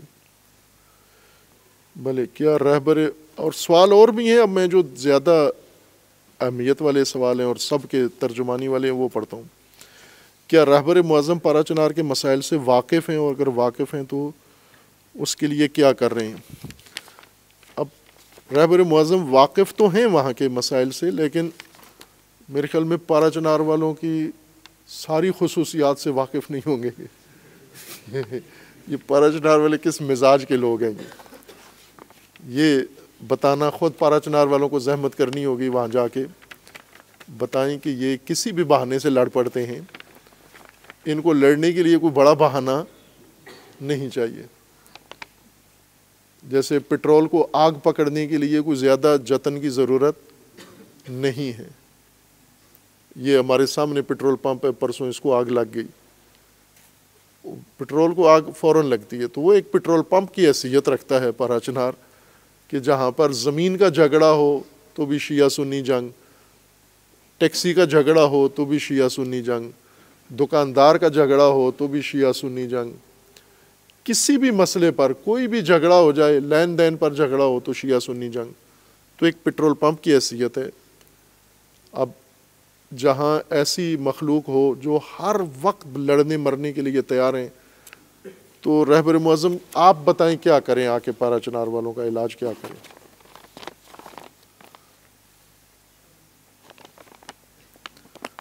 وہ تو نصیحت ہی کر سکتے ہیں نا، کہ وہ تو شروع سے کر رہے ہیں کہ شیعہ سنی تنازع حرام ہے، ناجائز ہے، یہ رہبر کا فتویٰ ہے۔ اور جو شیعہ سنی جنگ شروع کرتے ہیں وہ نہ شیعہ ہیں نہ سنی ہیں، یہ رہبر کا پکا فتویٰ پارا چنار کے لیے ہے کہ شیعہ سنی اختلاف کو جو ہوا دیتا ہے، امام خمینی نے دیا تھا یہ فتویٰ، وہی رہبر کا بھی فتویٰ ہے کہ وہ نہ شیعہ ہے نہ سنی ہے۔ خوب اختلاف ہیں شیعہ سنی، لیکن جنگ تو ضروری نہیں ہے کہ ہر مسئلے پہ جنگ شروع کر دیں ہم۔ زمین کا جھگڑا ہے، زمین کا جھگڑا رکھو، پٹواری کو بلاؤ، محکمہ مال میں، جو پنجاب میں اتنے جھگڑے ہوتے ہیں زمین کے، زمین کا جھگڑا ہے، زمین کے جھگڑے کو زمینی قانون کے تحت حل کرو آپ۔ پورے پاکستان میں ہوتے ہیں جھگڑے، لیکن وہ عدالتوں میں جا کر حل ہو جاتے ہیں، پنچایت میں حل ہو جاتے ہیں، آپس میں لوگ حل کر لیتے ہیں۔ لیکن ہر بات کو جنگ شروع کر کے قتل و غارت اور لاشیں گرانا یہ معقول چیز نہیں ہے۔ یہ انتقام لینا، اس قبیلے کے اتنے لوگ مرے ہیں جواباً اس قبیلے کے گن کے اتنے مارنے ہیں، یہ تو کوئی نہ انسانیت ہے نہ شریعت ہے۔ یہ مجرم کو مارو آپ، جس نے آپ کے خلاف جرم کیا اس کو سزا دے سکتے ہو آپ، اس کو حکومت سے سزا دلاؤ، اگر حکومت نے نہیں دی سزا اس کو خود آپ سزا دے سکتے ہو۔ لیکن یہ کہ مثلا انہوں نے 10 سنی مارے ہیں، اس کے بدلے میں 10 شیعہ ماریں گے ہم، یا 100 شیعہ مار دیں گے، یہ کون سی انسانیت ہے؟ مجرم جو بھی ہے، شیعہ ہے یا سنی ہے، جس نے قتل کیا اس کو قتل ہونا چاہیے، صرف اسی کو۔ اس کا بھائی بھی نہیں قتل کر سکتے، اس کا باپ بھی نہیں مار سکتے، اس کا بیٹا بھی نہیں مار سکتے۔ اگر مومن ہو، مسلمان ہو، سنی ہو یا شیعہ ہو، مسلمان تو ہو، تو اسلام میں تو یہ قانون ہے کہ مجرم کو صرف آپ سزا دے سکتے ہو، قاتل کو، قاتل کے رشتہ داروں کو، قاتل کے قبیلے کو، قاتل کے خاندان کو نہیں مار سکتے آپ۔ یہ خود ایک جرم ہے اپنی جگہ پر۔ اس کا رائے حل یہی ہے کہ خود ان لوگوں کو یہ شعور آنا چاہیے کہ دنیا کہاں ترقی کر کے پہنچ گئی ہے اور ہم ابھی جنگوں میں پڑے ہوئے ہیں، ابتدائی قبائلی اور مذہبی جنگوں میں۔ یہ ختم کرنی چاہیے یہ جنگیں، اور ایک دوسرے کا احترام کریں، ایک دوسرے کے حقوق کو مانیں۔ جب اس صدیوں سے اس وادی میں سارے رہ رہے ہیں تو ظاہر ایک دوسرے کو مانو کہ یہ ہمارا بھی ہے، یہ ان کا بھی ہے، یہ حق، یہ راستہ ہمارا بھی ہے، یہ راستہ ان کا بھی ہے، یہ پانی ہمارا بھی ہے، یہ پانی ان کا بھی ہے۔ اگر یہ کوشش کریں کہ ہم ان کو صفحہ ہستی سے مٹا دیں گے، پاکستان میں یہ 40 سال فرقہ واریت کی جنگ میں یہی تھا کہ ایک دوسرے کو صفحہ ہستی سے مٹا دینا ہے، لیکن کیا مٹا سکیں صفحہ ہستی سے؟ ناممکن ہے، نہیں ہو سکتا یہ کام۔ اس لیے یہ جنگیں نہیں ہیں، رائے حل نہیں ہیں جنگیں۔ اور رہبر معظم سے پوچھنا چاہیے باقاعدہ، پارا چنار کے مومنین تو کم از کم ان کے پیروکار ہیں اور مانتے ہیں، انہیں باقاعدہ اس بارے میں وہاں سے رہنمائی لینی چاہیے، وفد جائے، علماء جائیں اور پوچھیں کہ ہم اس قسم کے ماحول میں رہتے ہیں تو ہمارا فریضہ کیا بنتا ہے۔ بغیر پوچھے بھی واضح ہے، لیکن بہتر ہے تسلی مزید کر لیں آپ۔ مغربی دنیا نے غیر الہی نظام یا غیر خدا کو اس طرح حسین بنا کر، زیبائش دے کر اور اس کی ترویج کی ہے کہ دنیا اس کاذب نظام کو ماننے لگی ہے، تو کیا ہمیں اس حقیقی نظام کی تبلیغ یا اس کی ترویج کے لیے ان کا طرز اپنانا چاہیے؟ خوب ایسا ہی ہے، دنیا نے جمہوریت کو بہت نیلم پری، اقبال کے بقول کہ جمہوریت نیلم پری بنا کے پیش کی ہے، اور اس نیلم پری میں ہمارے علماء بھی اس کے عاشق ہو گئے۔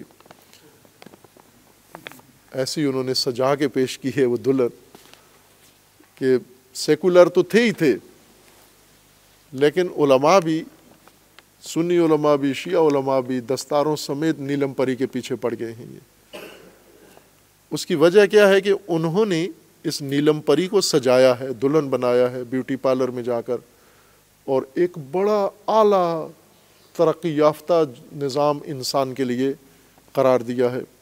اور علامہ اقبال نے اس نیلم پری کو میک اپ کے نیچے دیکھ لیا، اور وہ کیا فرماتے ہیں کہ دیو استبداد ہے محو رقص۔ اس میک اپ کے نیچے نیلم پری کے نقاب کے نیچے کیا چیز ہے؟ دیو، خوفناک آمریت کا دیو ہے نیچے چھپا ہوا.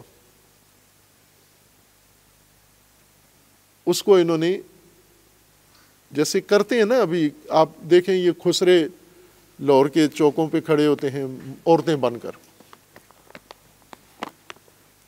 ابھی یہاں جامعہ میں ایک پرانا واقعہ ہے، رات کو موٹر سائیکل پہ لوگ آئے اور ایک لڑکی ان کے ساتھ بیٹھی ہوئی تھی، اور وہ لڑکی یہاں مدرسے کے پاس پہنچی تو موٹر سائیکل سے کود کے مدرسے کی طرف دوڑ پڑی. یہاں گارڈ کھڑا ہوا تھا ہمارا گن لے کے، تو اس گارڈ نے فوراً کنٹرول روم میں رابطہ کیا کہ ایک عورت کو اغوا کر کے لے جا رہے ہیں اور وہ عورت بھاگنے کی کوشش کر رہی ہے اور مرد اس کے پیچھے. کنٹرول روم نے اس کو کہا کہ فوراً عورت کو نجات دو. اس گارڈ نے فوراً نجات دی. اس نے ظاہراً کوئی ہوائی فائر کیا یا کچھ کیا، باہر کے وہ اغوا کنندگان بھاگ گئے وہ، اور وہ عورت بھاگی ہوئی آئی اس گارڈ کی طرف. یہ اس کو لے کے اپنے مسئول کے پاس لے آیا کہ یہ میں نے نجات دی ہے آپ کے کہنے پر.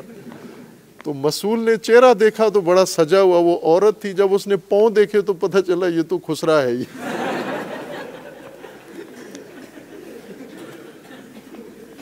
وہ ایک بڑا لطیفہ بنا کہ یہ وہ گارڈ بھی کہتا ہے میں زندگی میں خوش ہوا کہ ایک عورت کو نجات دی ہے. وہ بھی اندر سے خسرا نکلا ہوا.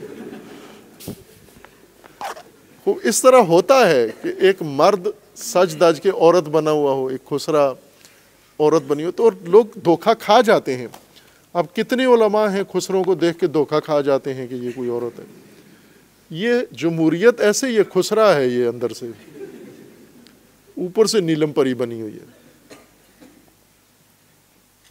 اور بہت ہی برا خسرا ہے یہ جمہوریت. اس کو فقہ کی اصطلاح میں کہتے ہیں خنثی مشکلہ. خنثی مشکلہ، خنثی خسرے کو کہتے ہیں، عربی میں خنثی کہتے ہیں. یعنی کچھ خسرے ایسے ہوتے ہیں نا جو ان کا پتہ ہوتا ہے کہ یہ مردانگی صفات زیادہ ہیں ان میں، کچھ میں زنانہ صفات زیادہ ہیں. مشکلہ وہ ہوتا ہے جس کا آخر تک پتہ نہیں چلتا کہ یہ مردوں کی طرف رجحان ہے یا عورتوں کی طرف رجحان ہے. تو جمہوریت وہ خنثی مشکلہ ہے جس کا آخر تک کسی کو پتہ نہیں کہ یہ کیا ہے. اور یہ تعجب ان لوگوں پر ہے جو جمہوریت کو قرآن سے نکالتے ہیں. وَأَمْرُهُمْ شُورَىٰ بَيْنَهُمْ. اب جمہوریت تو ظاہر ہے پاکستان میں تو بعد میں آئی ہے، پاکستان میں آتی جاتی رہتی ہے البتہ جمہوریت. اس کو ویزا فری ہے، اس کا جب چاہے چلی جاتی ہے، جب چاہے آ جاتی ہے. جمہوریت اس وقت جو سب سے بڑے دنیا میں جمہوری ملک ہیں کون کون سے ہیں؟ امریکہ ہے، انڈیا ہے، یہ سب سے بڑے جمہوری ملک ہیں یہ. اور جمہوریت قرآن سے، اسلام سے نکلی ہے. تو پھر اس کا مطلب ہے کہ اسلامی جمہوریہ امریکہ اور اسلامی جمہوریہ انڈیا، تو وہ تو اسلامی حکومتیں ہو گئیں پھر تو. چونکہ وہاں پاکستان جیسی لنگڑی جمہوریت نہیں ہے، وہاں واقعا جمہوریت ہے. جس کو ووٹ پڑتے ہیں اسی کے ووٹ ہوتے ہیں. یہ نہیں ہوتا کہ ووٹ کسی کے پڑے ہیں نکلے کسی اور کے ہیں. تو انہوں نے سجا کے اس جمہوریت کو اتنی سجائی ہے کہ علماء کو قرآن سے نکلتی ہوئی نظر آئی ہے. یہ ان کا مہارت ہے. جمہوریت، یہ بات میں نے پہلے کی ہوئی ہے کہ جمہوریت کو مبلغ ملے ہیں. ایک بات ہم نے کی تھی وہ ادھوری رہ گئی. امامت سے جمہوریت تک جو تنزل ہے خصوصاً تشیع کا، جو زوال کیا ہے انہوں نے، کہ یہ امامت کے معتقد لوگ تھے اور امامت سے گر کے کہاں پہنچے؟ جمہوریت کے دامن میں آ کے پہنچے ہیں. یہ کیسے یہ سفر طے ہوا ان کا؟ اس میں ایک وجہ بیان کی تھی کہ جمہوریت کو مبلغ ملے ہیں. جمہوریت کے مبلغین نے جمہوریت کی تبلیغ کی ہے. امامت کو مبلغ نہیں ملے، امامت کو تاجر ملے ہیں،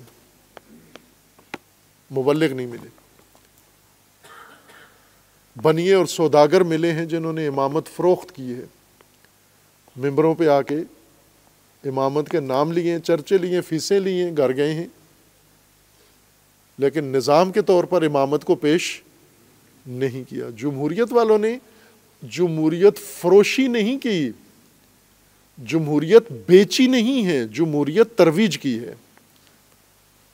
کتابیں لکھی ہیں، تحقیقات کی ہیں، میڈیا پہ، باقی مختلف طریقوں سے، تعلیمی اداروں میں، نصاب میں، آپ کے نصاب میں ہی امامت نہیں ہے۔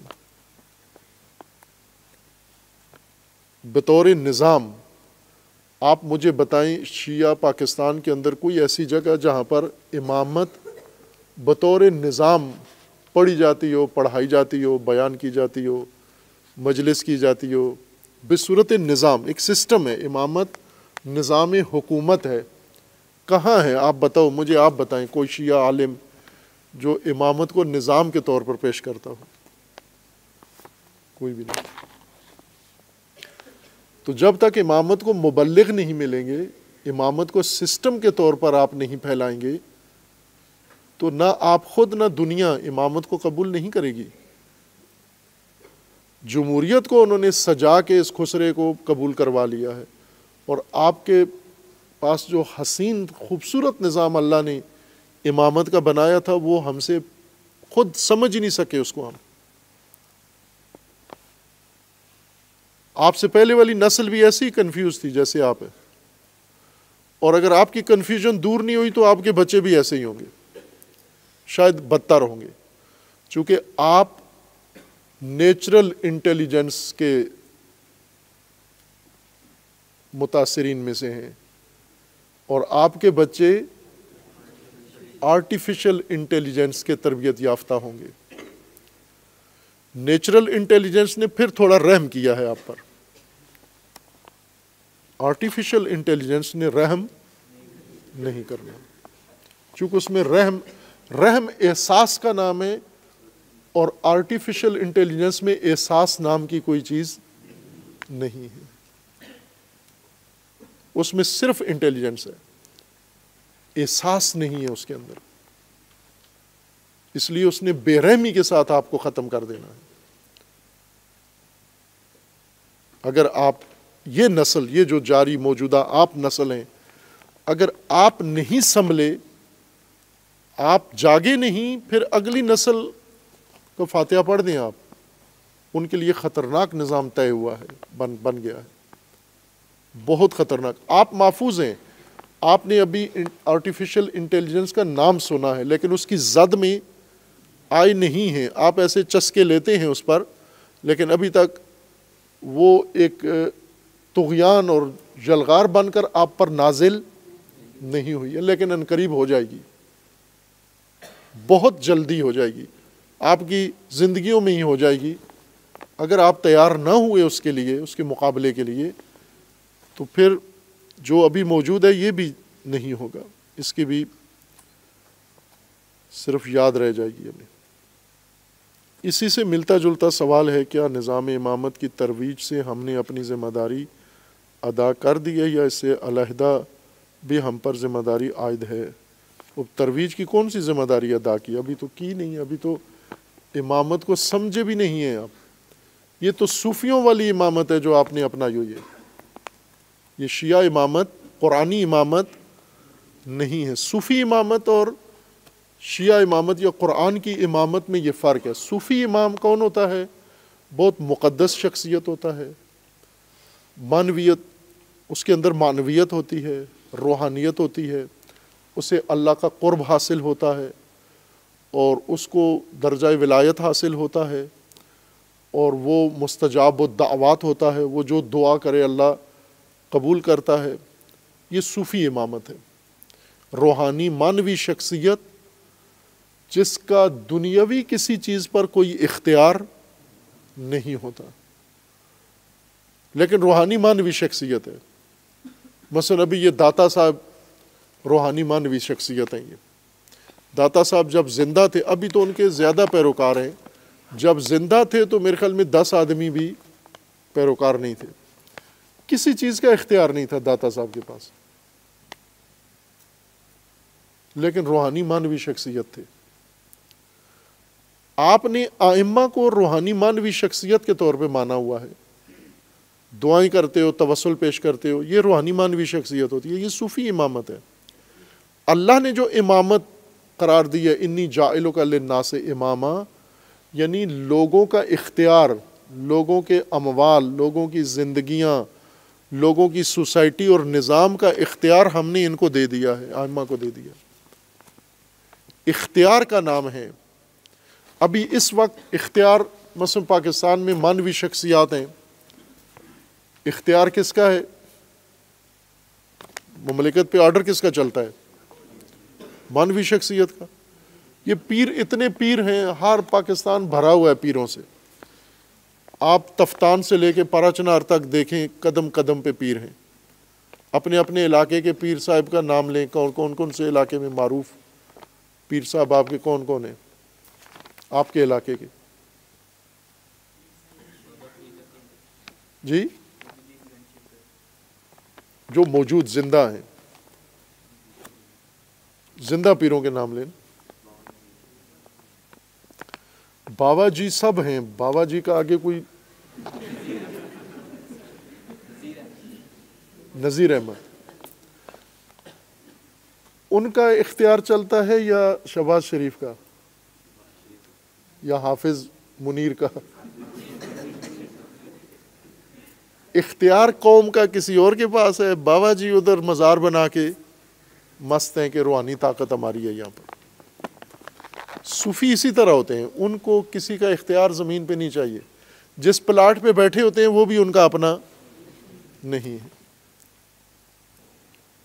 اللہ نے تو ایسے بے اختیار امام نہیں بنائے، اللہ نے امام، رسول اللہ نے غدیر میں یہ کہا تھا، من کنت مولا ہو فہذا علی مولا ہو، یعنی جس کا اختیار میرے پاس تھا اب میرے بعد اس کا اختیار علی کے پاس آ گیا، علی اس کے صاحب اختیار ہیں۔ اختیار کو امامت کہتے ہیں، اختیار، ملت کا اختیار، ملک کا اختیار، یہ اختیار جس کے پاس ہوگا وہ ولی ہوگا، وہ امام ہوگا۔ آپ نے شیعوں نے آسان کٹ ماری کہ ائمہ کو بھی اختیارات سے ہٹا کے روحانی مانوی شخصیت قبول کر لیا، خود بھی ان سے متصل ہو گئے روحانیت اور مانویت کے ساتھ۔ اختیار کس کا ہے؟ ابھی شیعہ کو دیکھیں، شیعہ اگر واقعاً ائمہ امامت کا قائل ہے تو الیکشن کے دن کیوں کھڑا ہوتا ہے ادھر؟ کیا کر رہا ہوتا ہے وہاں پر؟ کبھی کسی اسماعیلی کو دیکھا ہے الیکشن میں لائن میں لگا ہوا؟ الیکشن کے دن اسماعیلی کیا کرتے ہیں؟ اپنے امام سے پوچھتے ہیں، پیرس میں ان کے امام ہیں، امام سے پوچھتے ہیں ہم کیا کریں۔ اثنا عشری شیعہ کیا کرتا ہے؟ اپنے علاقے کے لفنگے کے ساتھ کھڑا ہوتا ہے، وہ اپنے علاقے کے بدماش کے ساتھ کھڑا ہوتا ہے، ادھر ووٹ ڈالنے جانا۔ تیرا امامت سے کیا تعلق ہے؟ امامت والا تو امام کے پاس کھڑا ہوا ہے اپنا۔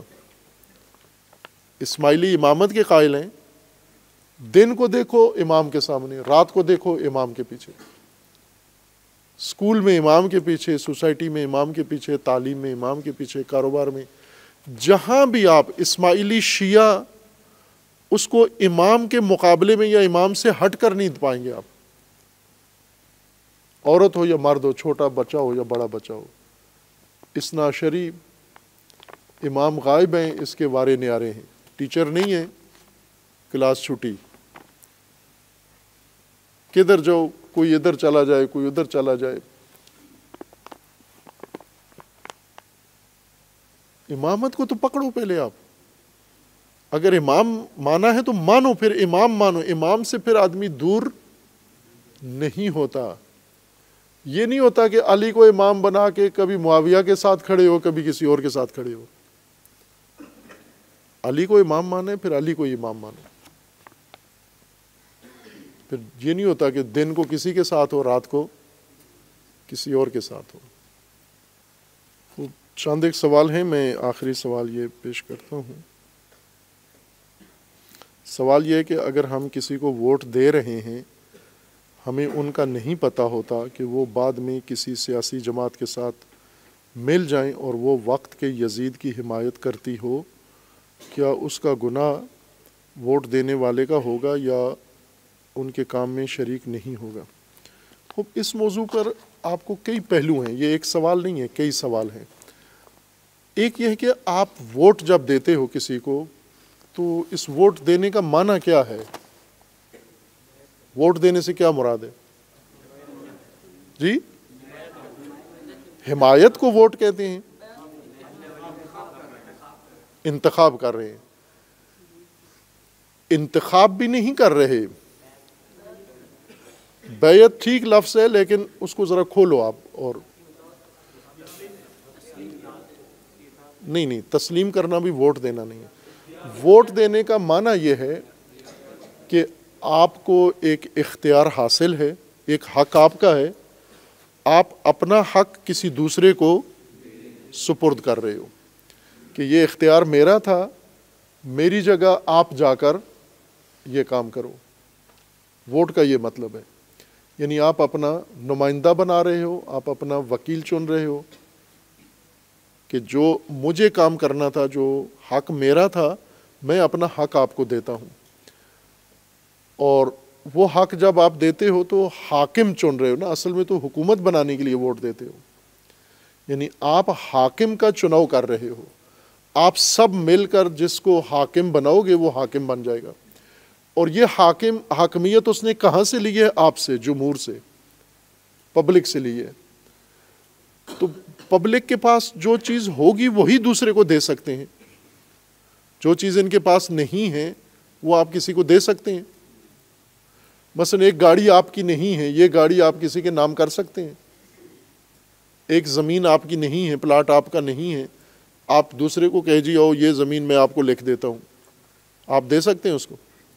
آپ وہی زمین اس کو دے سکتے ہیں جو آپ کی ہے، جو آپ کی نہیں ہے وہ آپ کسی کو نہیں دے سکتے۔ اب آپ جب حاکم بنانے آتے ہو تو اس کا مطلب یہ ہے کہ حاکمیت کا حق آپ کو دے دیا گیا ہے، جمہور کو، عوام کو حق حاصل ہے حاکم بننے کا اور بنانے کا، یہ حق عوام کو حاصل ہو گیا ہے۔ خب پہلے تو عوام یہ ثابت کریں کہ یہ حق کہاں سے لیا آپ نے، حاکم بنانے کا حق کہاں سے آپ کو ملا ہے۔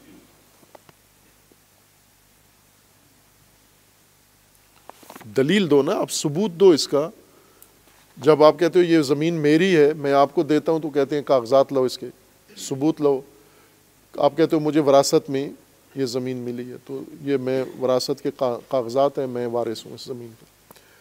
آپ کو یہ حاکم بنانے کا حق کس نے دیا ہے؟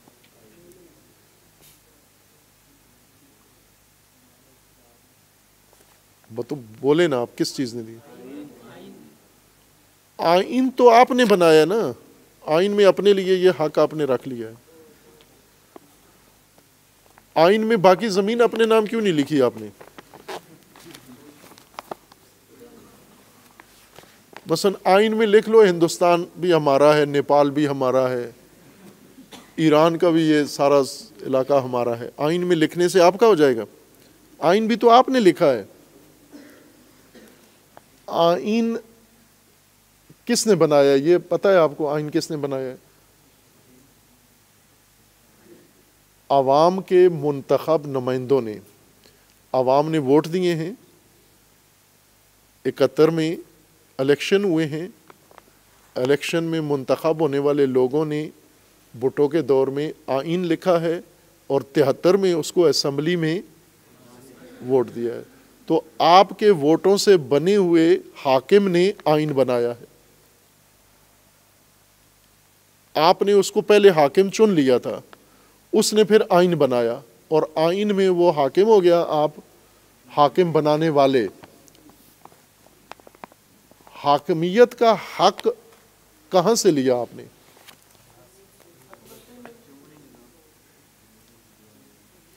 جمہوری نظام کا معنی یہ ہے نا کہ حق حاکمیت جمہور کو حاصل ہے۔ جمہور وہ سند دکھائے نا کہ یہاں سے ہمیں یہ حق نصیب ہوا ہے، وراثت میں ملا ہے، ہم نے زبردستی لے لیا ہے، کسی جنگ میں ہمیں مال غنیمت کے طور پہ ملا ہے۔ آپ کے پاس جو زمین ہے یہ کہاں سے آئی ہے؟ آپ کے پاس کہیں سے تو آئی ہے، یا خریدی ہے آپ نے، یا وراثت میں ملی ہے، یا قبضہ کیا آپ نے۔ قبضہ کیا ہے۔ اگر حاکمیت کا حق آپ کا ہے، جمہور کا ہے، تو پھر تو تشیع کی تو بنیاد ہی ختم ہو جاتی ہے، سنی مذہب کو ثبوت مل جاتا ہے۔ چونکہ امام علی کو امام جمہور نے بنایا یا اللہ نے بنایا؟ خلیفہ اول کو خلیفہ کس نے بنایا؟ عوام نے بنایا۔ تو اگر عوام حکومت بنانے کے اختیار رکھتی ہیں، عوام کو حاصل ہے، پھر تو امامت کا تو جڑ ختم ہو گئی۔ امام تو اللہ نے کہا نا انی جاعلک للناس اماما، میں امام بنا رہا ہوں۔ خلیفہ اول کو عوام نے امام بنایا ہے، اور جمہوریت کی روح سے امامت کا کیا جواز رہ جاتا ہے پیچھے؟ اب امامت زمین پر کیا کر رہی ہے؟ چونکہ امام تو حاکم تو جمہور نے چننا ہے، امامت کا تو چیپٹر بند کر دیا آپ نے جمہوریت کے نام پر۔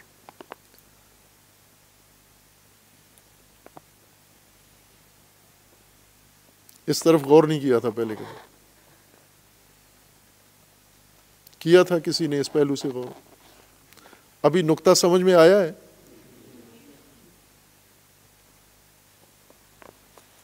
میں اگر کسی کو حاکم بناتا ہوں تو پہلے وہ حق مجھے حاصل ہونا چاہیے تاکہ میں کسی کو حاکم بنا سکوں۔ جب میں کسی کو حاکم بنانے آتا ہوں تو لوگ مجھ سے پوچھ سکتے ہیں کہ آپ جو حاکم بنانے آئے ہو پہلے یہ بتاؤ کہ آپ کو یہ حق کہاں سے حاصل ہوا ہے، پھر ہم اگلی بات دیکھتے ہیں۔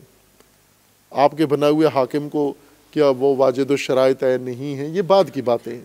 سب سے بنیادی بات یہ ہے کہ آپ حاکم بنا رہے ہو، آپ کو یہ حق کہاں سے ملا ہے؟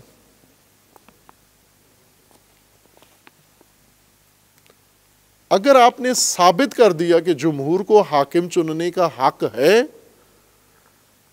اسی دن اعلان کر دو کہ آج سے میں شیعہ نہیں ہوں، چونکہ شیعہ امام کو جمہور نہیں امام بناتے، نہ بنا سکتے ہیں۔ تشیع سے دستبردار ہونا پڑے گا اس دن آپ کو۔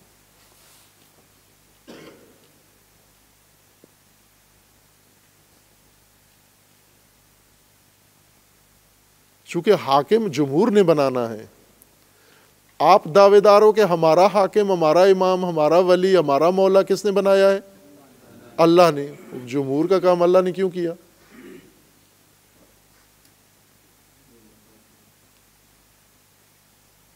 جمہور کو کرنا چاہیے تھا نا۔ اور اس وقت آپ کہتے ہو کہ غدیر میں اعلان ہوا، اللہ کے حکم پر رسول اللہ نے اعلان کیا من کن تو مولا۔ جمہور نے تو نہیں کیا، رسول اللہ نے کیا، اللہ کا حکم سنایا۔ اور جب رسول اللہ کی رحلت ہوئی تو جمہور نے حاکم چن لیا۔ اب جمہوریت کے بنیاد پر حاکمیت کس کا حق ہو گیا؟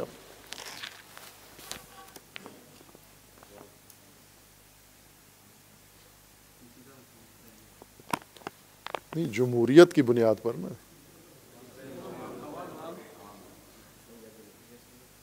اہل سنت کے خلیفہ کا حق ہے، چونکہ جمہور کو انہوں نے چنا ہے، جمہور نے انہیں چنا ہے، شیعوں کا امام جمہور نے نہیں چنا۔ تو تشیع کا تو تختہ گول کر دیا آپ نے پھر جمہوریت کے نام پر۔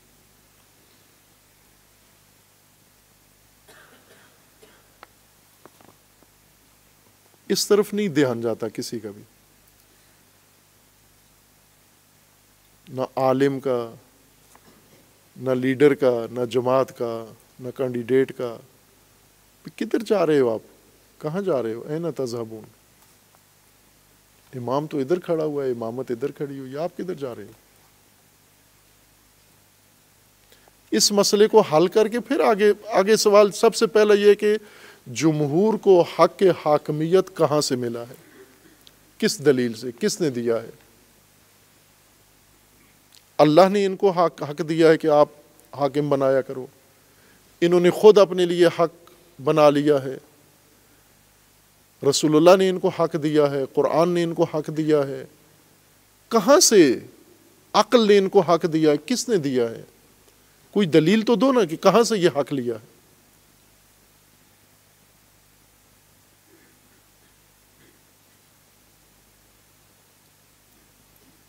صرف اس وجہ سے کہ امریکہ میں جمہوریت ہے، انڈیا میں جمہوریت ہے، شیعہ بھی جمہوری ہو گیا، یہ دلیل ہے آپ کی؟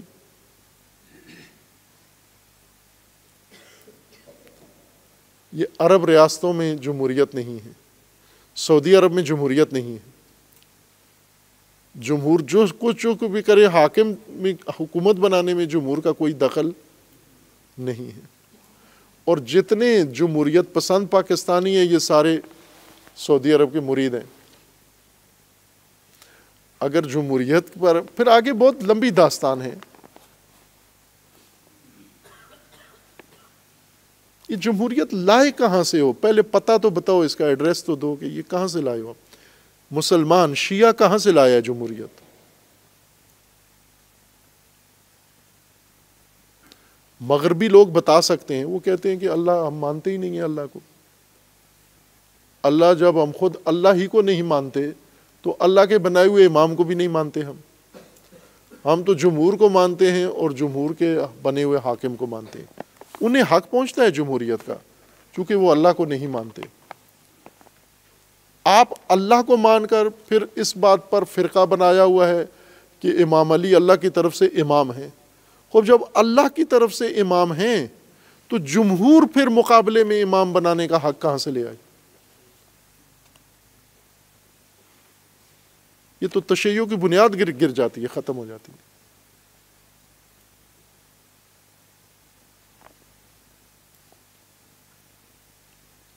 غور کرو اس پہ، جواب مانگو جمہوریت والوں سے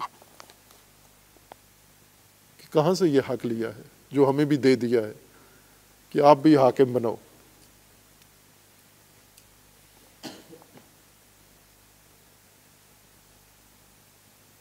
اتنی سادہ بات نہیں ہے جتنی ہم نے سمجھ لی اور بنا لی ہے۔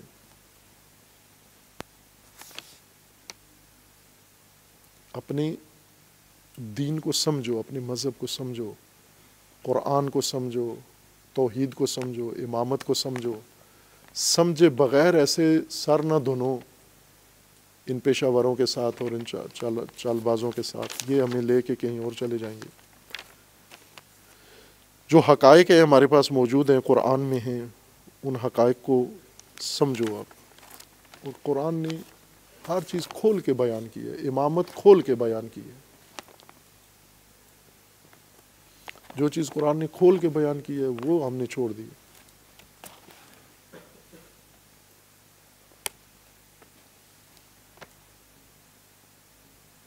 جمہوریت ہر چیز کے ساتھ اکٹھی ہو سکتی ہے، امامت کے ساتھ اکٹھی نہیں ہو سکتی۔ یا امامت یا جمہوریت۔ باقی سب کے ساتھ، خلافت کے ساتھ جمہوریت اکٹھی ہو جاتی ہے، بادشاہت کے ساتھ اکٹھی ہو جاتی ہے، امامت کے ساتھ اکٹھی نہیں ہو سکتی۔ یہ تضاد ہے امامت کے قائلین کے اندر کہ وہ امامیہ بھی ہیں اور جمہوری بھی ہیں۔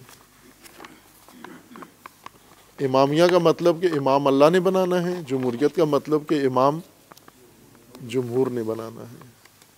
اس سے ہمیں نکلنا ہوگا۔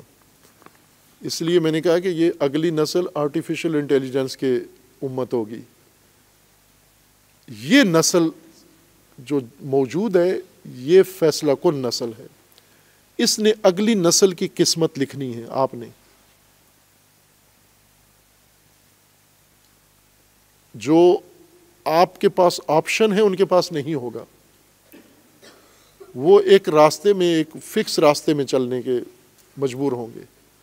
آپ انتخاب کر سکتے ہو۔ حق انتخاب یہ شاید انسان کی آخری نسل ہے جس کو حق انتخاب و حق اختیار ہے، پھر ختم ہو جائے گا ان سے۔ پھر اگلی نسل ساری مجبور جبر کے تحت زندگی گزارے گی۔ یہ وہ خطرات ہیں جو آرٹیفیشل انٹیلیجنس کے بانیوں نے ظاہر کیے ہیں۔ یہ جو فادر ہے آرٹیفیشل انٹیلیجنس کا، کل ہی اس کا آرٹیکل آیا، گزشتہ روز پڑھیں اس کو، کتنا خوفناک ہے، اور وہ خود کیا کہہ رہا ہے کہ یہ کیا ہونے جا رہا ہے انسانیت کے ساتھ، اور وہ متوجہ کر رہا ہے کہ روکو اس کو، کنٹرول کرو، اس کے قواعد ضوابط بناؤ، کچھ قانون بناؤ، ورنہ کچھ بھی تمہارے پاس نہیں رہے گا۔